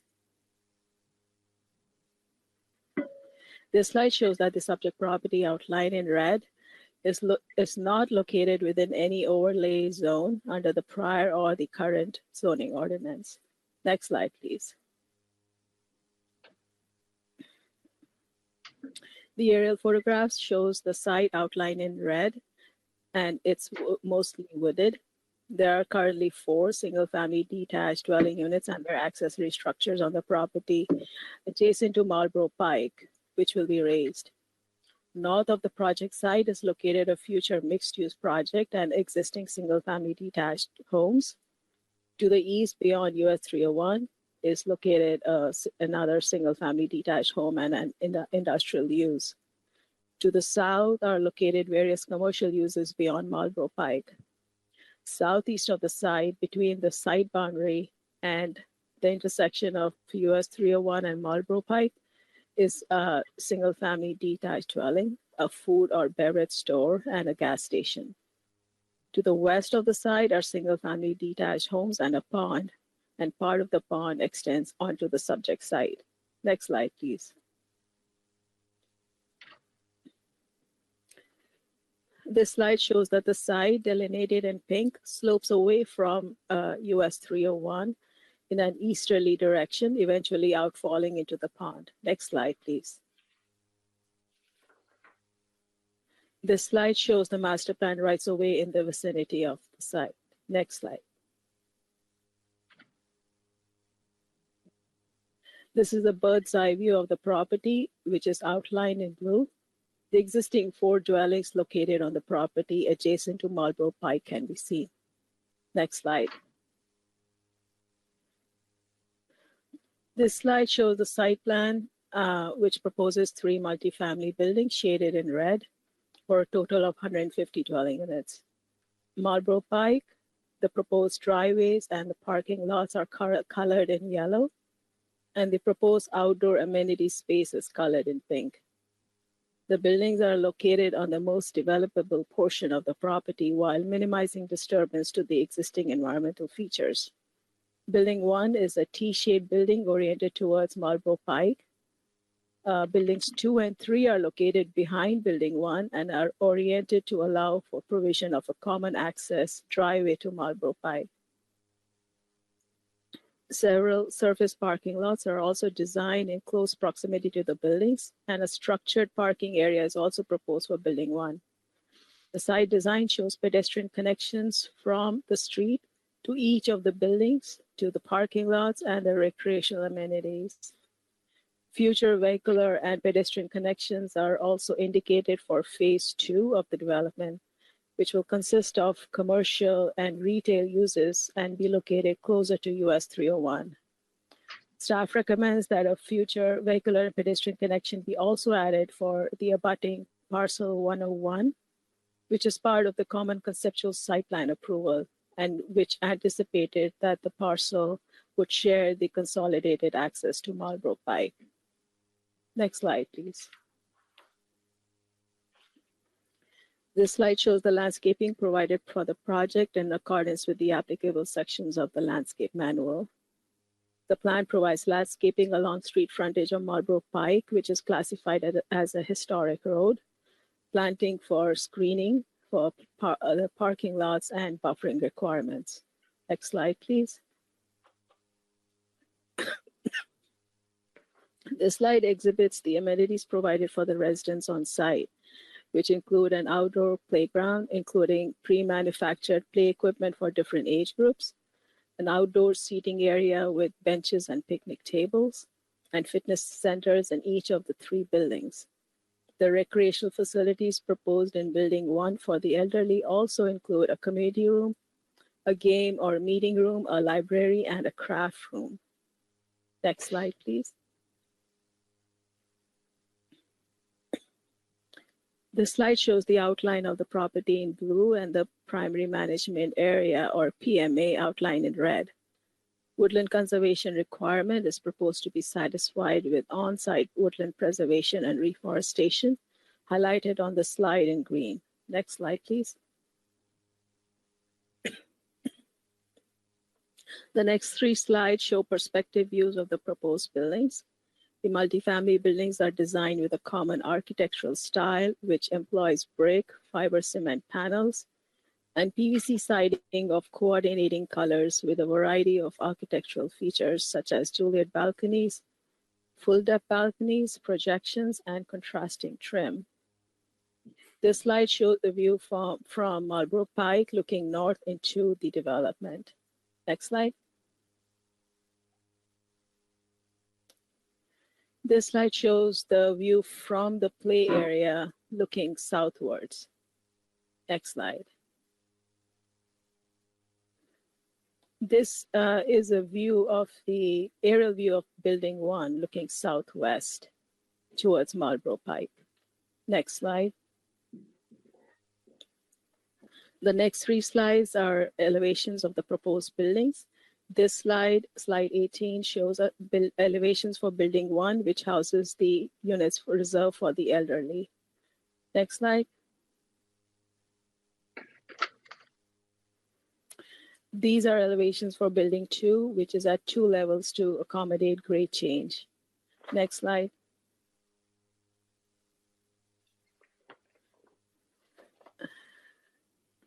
Finally, these are elevations for building 3. Next slide. This slide shows details for the proposed site signage, which includes 1 entrance sign near driveway to Marlboro Pie, and an informational sign providing a brief history of the area, which will be located near the outdoor playground. Next slide.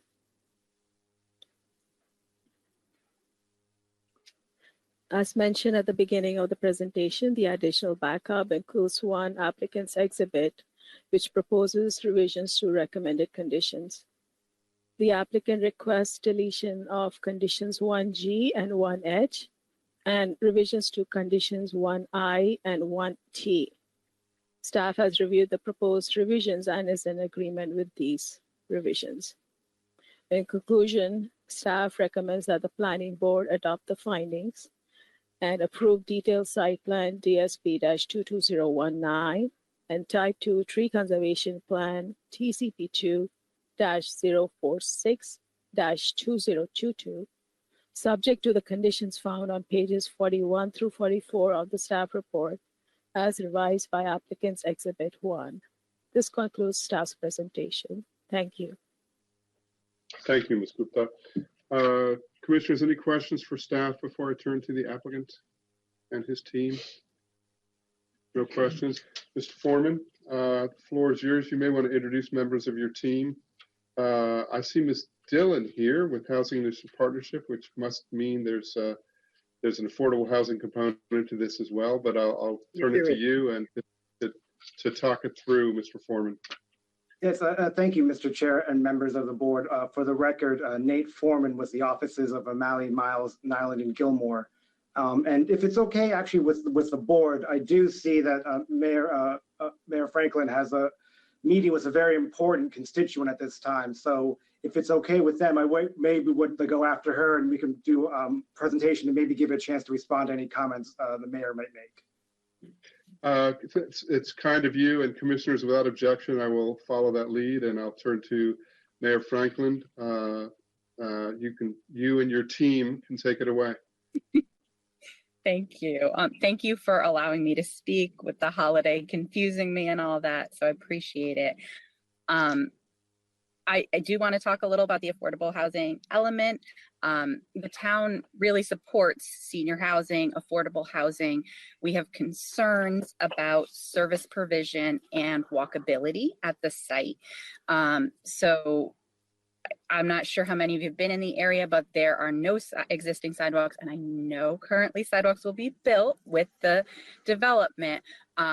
But it is very, very dangerous. So we're talking about people who are going to be kind of a high density over here with limited access to vehicles potentially, right? And no way to get out safely. So we tried to work with the applicant to have an annexation agreement for them to come into the town, because that would allow us to work with SHA and ensure safe pedestrian facilities for the site. It would also allow us to be able to provide public safety support to the site. We were unable to come to a reasonable agreement. So while the town supports the idea, we cannot support this plan because we have concerns about service provision and safety for the residents of this unit without having those centralized services that the town can provide, and advocacy for their walkability. So that's what I wanted to share with you all. Thank you. Thank you, Mayor Franklin. I appreciate it. Commissioners, any questions for the mayor before we turn back to the applicant? And Mr. Foreman, I assume you'll be addressing these issues and concerns and give us the backstory on this from your perspective as well. Yes, of course, Mr. Chair. Okay. Questions for the mayor and her team? Thank you. I have questions, yeah. Chair. Please. So I went through the application and I don't know if the mayor looked at it or not, but I was wondering, I don't see any provision for elevators. Did I miss that? And I'd like to know the mayor's position on that, especially for the age-restricted building. Yes, we did not get into those details after the kind of negotiations broke down around agreements.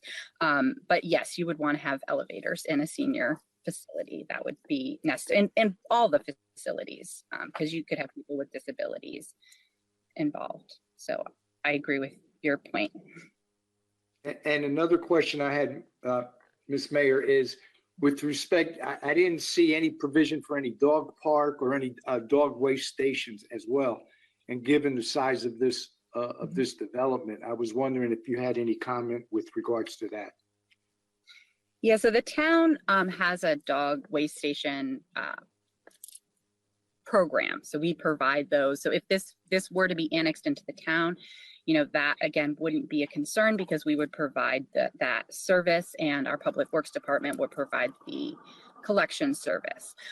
As far as dog parks, we all know in Upper Marlboro that everyone wants a dog park. So we're looking for a location, but I think given the geography and the environmental sensitivity of this site, it's probably not an ideal location for a dog park. So that wouldn't necessarily be something that the town would say, oh, this really should definitely have a dog park. Because there's probably better locations in town. But those people being able to walk to those locations is really important. So. All right, thank you. I had no further questions, Mr. Chair. Thank you. Thank you, Commissioner. Commissioners, any other questions for the mayor? Okay, thank you very much, Mayor Franklin. Appreciate it. And feel free to hang around if depending on your availability, feel free to hang around because there may be things of interest to you. Yeah. Mr. Foreman, I'll turn it back over to you. Thank you. All right, thank you, Mr. Chair. And yes, again, for the record, Nate Foreman with the offices of O'Malley, Miles, Nyland, and Gilmore, offices in Greenbelt. I have with me today Ms. Elizabeth Kim from the Ingerman, who is the lead developer. And we also have Marianne Dillon with the Housing Initiative Partnership, who is a co-developer of this project. I have Victoria Ballestero, who's our civil engineer with ATCS. And I do believe Mike Lenhart is on the meeting, or at least I saw his name, and he's our traffic consultant. So this is a really interesting project that we've been trying to bring to the, I shouldn't say Upper Marlboro because we're just outside the municipality and the limits of it. But it is a total of 150 multifamily units, 90 of which will be in one building that is age restricted. And there will be elevators for that age restricted building. And that is the building, perfect. Yeah, that is building 1, which is also the closest to the road. It has a mixture of surface and underground parking. So some of the residents will have underground spaces in which they can get to and from their vehicles without having to brave the elements, which as we know in this area can sometimes be a hassle. Additionally, the buildings 2 and 3 will have 60 multifamily units, 51 of which will be income restricted. The 9 remaining ones will be market rate. So you can see that the majority of this development is to provide income restricted and age restricted units in an area that we think is beneficial for everyone involved in a hot area for development. The gross median income for the age restricted units does fluctuate between, I think, 20% and 80% of the AMI for the Maryland, Virginia, and Washington district area. But I can always refer to Ms. Kim or Ms. Dillon to correct me on those numbers. I'm an attorney, numbers are never my friends. This is a very challenging site in that it is, yes, about 19 acres total, but about 12 acres of that are impacted by environmental sites, by environmental areas. We have whatever you can name, we have it. We have wetlands, we have streams, we have ponds, we have steep slopes, we have specimen trees. It really runs the gamut of trying to make sure we can bring a high quality product to the county, but also to make sure we are limiting our disturbance on the environmental setting. Let's see. Oh, yeah, if you could leave it on slide 8. Oh, sorry, slide 12, please. We have tried to, because we are doing this as an income restricted project, we have had some state assisted and county assisted financing through a home loan program, housing investment, low income housing tax credits. What was the one? Low income housing tax credits, I believe. So a lot of this is being subsidized in order to provide the development, because this is an expensive project. Overall construction is going to be around 49 million. And we have really tried to make the numbers work to bring this to the community. Part of what we tried to do, and this is the communications and conversations we had with the town of Upper Marlboro, is that we had no objection going into the town. However, we needed to make sure that we could still have our county pilot agreement be effective and have all the other sort of financing work. Otherwise, it just doesn't, the project could not work. And we never were, and because of various reasons, we weren't able to kind of get a satisfactory answer to that. And because we are not the actual homeowner of the property, the landowner, we didn't have the same sort of ownership rights and ability to go into the annexation agreement by the time this project was going forward. So we weren't able to actually really, get all the communication, get all the finalization of the annexation agreement to the town of Upper Marlboro, which we do apologize for, but it just wasn't able to happen in time. However, I do bring this up because, we did have positive conversations with the town beginning in August when we were talking about the detailed site plan. And basically we were able to, they seemed on board with the project. They liked what we were doing. And it was only, it seems like when this annexation agreement wasn't able to be finalized, is that they are now showing concerns that didn't seem to be an issue. Now, I think the mayor will respond, it's because they believe they would be able to provide town resources to the project above and beyond what the county could do. But I do want to say this did go through the preliminary plan of subdivision early last year, and a lot of the public facilities were found to be adequate through minor mitigation, which does include some of the roadway improvements, some of the public safety issues that the mayor had mentioned. I think that goes through it. And when it comes to walkability, the mayor is correct that there is a lack of a sidewalk throughout the north side of Marlboro Pike, but we will be providing sidewalk to our property. We will be providing sidewalks between the parcels and the future development of what we call just the commercial parcels 3 and 4. And we will be trying to provide as much walkability and interconnection to the sites as possible. We have had a lot of because Marlboro Pike and US 301 are both state highways, while we're not looking to develop property adjacent to US 301 at this time, it was part of our preliminary plan of subdivision. So there has been some discussions as to when those parcels do go online, what improvements will be required. But we have talked to State Highway about the shared access aisles, sidewalks, other walkability, and other interconnection issues that the mayor has brought up. So we have tried to do everything we can in accordance with state highway requirements and regulations to make this a pedestrian-friendly, human scale development, especially along Marlboro Pike. And I do believe that this would be a great addition to the county, if not, and hopefully maybe into the city if it is annexed and we can come to some sort of agreement in the future. But as of right now, I do want to say we do agree with Ms. Gupta's staff report and her recommendations as amended.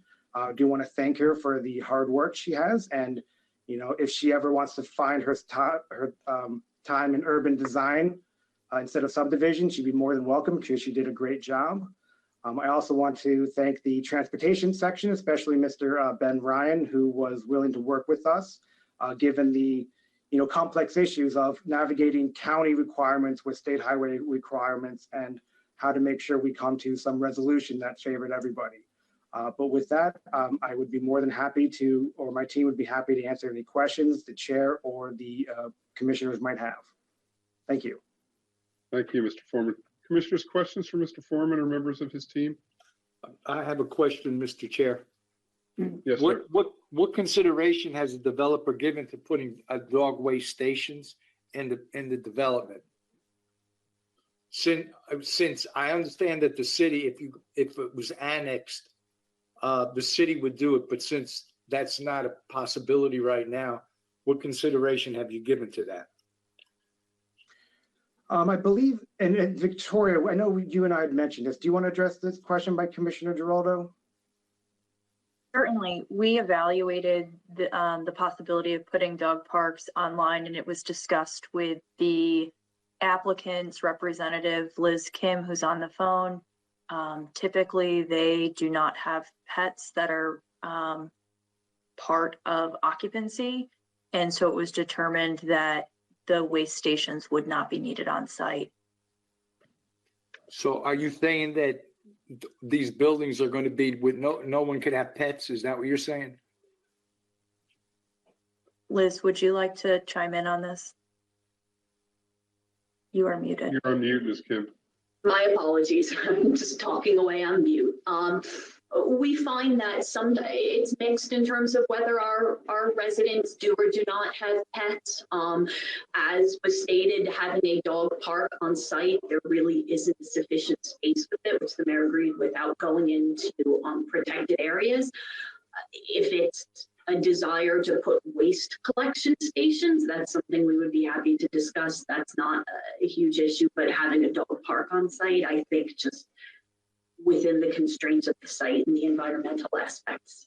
I understood the position with the dog park, and the mayor explained it well, and I understand the environmental features. I was speaking more just to have the waste stations. The waste collection stations? The collection, exactly. Just, when people are walking their dogs, so they, exactly. So that's something we can look into putting on the plan. It's not a big issue. So is that a proffer you would make of the putting dog waste stations? If I could jump in to answer your question, Commissioner. Yes, we would be happy to put waste stations on if that's a request. Thank you. And one thing I want to add is that Ingerman and HIP will be not just the developers of this property, but the operators. And they do, as part of the financing situation, they have to offer some sort of services to the low income restricted residents. So certainly when this project does go forward and there does seem to be an issue or a need for those waste collection, they can certainly be responsive. So I don't know if it's necessarily correct to right now guarantee it unless Ms. Kim would like to, but I think we can always evaluate it to make sure that it is actually a need or a service that the residents do want. I think, let me Commissioner Giraldo, I think we want it. Oh, okay. Then you've already heard from this. We have no problem with putting waste collection stations. Right, thank you. Thank you. Nothing further, Mr. Chair.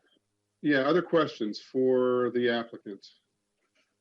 Can you, for me, talk a little bit about the environmental features, the green building features? What are you all doing related to sustainable design?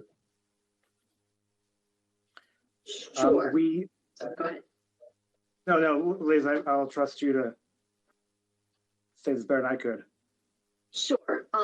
We will, as part of our tax credit requirements, we are, to get points, we have to do LEED, Energy Star multifamily.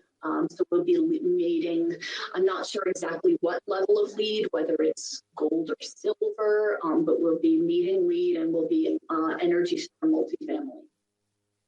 All right, thank you. Thanks for that. I appreciate it. Other questions from commissioners? Okay, no other questions. I do have Mr. Day, who's on this list. It's not clear to me. He's with the landowner, not part of the applicant's team. Is Mr. Day, do you want to speak? Yes, thank you, Mr. Chairman. I just want to say that the property owner supports the applicant's position and the application. I thank you for your time. Mr. Day, have you been involved in the discussions related to this annexation issue and negotiations with the town of Upper Marlboro at all, or is that handled by the applicant operator?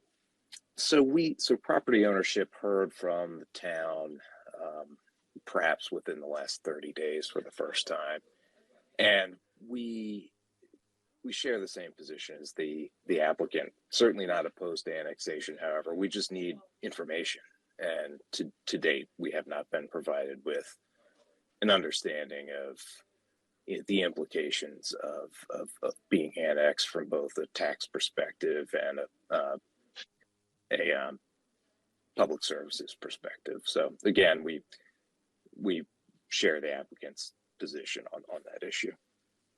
Okay, I appreciate that. And let me just say from my perspective, we all know this property well. Right now, I'm sitting in a room, the rest of my colleagues are virtual, but I'm actually in person. I'm sitting in a room that's about, a quarter mile away from the property. I can't even tell you how often I drive by it. And it's a complicated piece, and I recognize how much work must have gone into making this happen. It's going to be a real boost to the community and the county, assuming we approve this. I hear you all loud and clear. I do think, unlike other areas where this is, there's a lot of sort of urban density in other places, and issues around annexation can really just be about taxes, et cetera, things like that. Here, in terms of service position, I get where the mayor's coming from. And I would encourage you all, I certainly would not suggest that we would make any kind of approval contingent upon this at all. But I get the power of having the services that the town of Upper Marlboro would be providing, because this is a very rural area. And the town of Upper Marlboro will bring things to you. And I can't speak to what either has or hasn't been communicated, what kind of information you're looking for that you haven't gotten, but trust our professional view that this is going to be real value add. And it hits the bottom line, and on a low-income housing tax credit deal, the bottom line can be kind of, there's not a lot of margin. I get it. But that's probably something that you can negotiate with the city as well, or with the town as well. So for what it's worth, separate from any contingency related to approval, please take that very seriously and consider it. Thank you, Mr. Chair. This is certainly not the last conversation we'll have about annexation. Okay, thank you. Commissioners, any other questions for Mr. Day, who's the property owner? We've heard from the staff, we've heard from the applicant. There's nobody else who signed up to speak. If there are no other questions, then the public hearing is closed. And I would turn it to you, my colleagues. What's your pleasure on this item? Mr. Chairman, I move that we adopt the findings of staff, excuse me, adopt the findings of staff and approve DSP-22019, TCP2-046-2022, along with the associated conditions as outlined in staff's report and as further modified by applicant exhibit number 1, and also add the applicant proffered condition to provide waste collection stations, dog waste collection stations. Thank you. Emphasis on the S at the end of that, so there'll be more than one. Right. Second. We've got a motion by Commissioner Washington, a second by Commissioner Giraldo. Any further discussion on the motion? Seeing none, I'll call the roll. Commissioner Washington. I vote aye. Commissioner Giraldo. I vote aye. Commissioner Dorner. Vote aye. I vote aye as well. The ayes have it 4-0. Mr. Foreman and team, Ms. Kim, Ms. Ballestero, Ms. Dillon, good to see you again. All of you, job well done on this, and staff, thank you for all the work on this project. Thank you all And I very believe, much. thank you. I believe that is all that we have before us on the agenda. Mr. Hunt, do you have anything else for us? Mr. Chairman, that will conclude planning board presentation for today. Thank you, Mr. Hunt. Thanks, everybody. And without objection, we are adjourned. Have a good day, everybody. Have a good weekend. Bye-bye.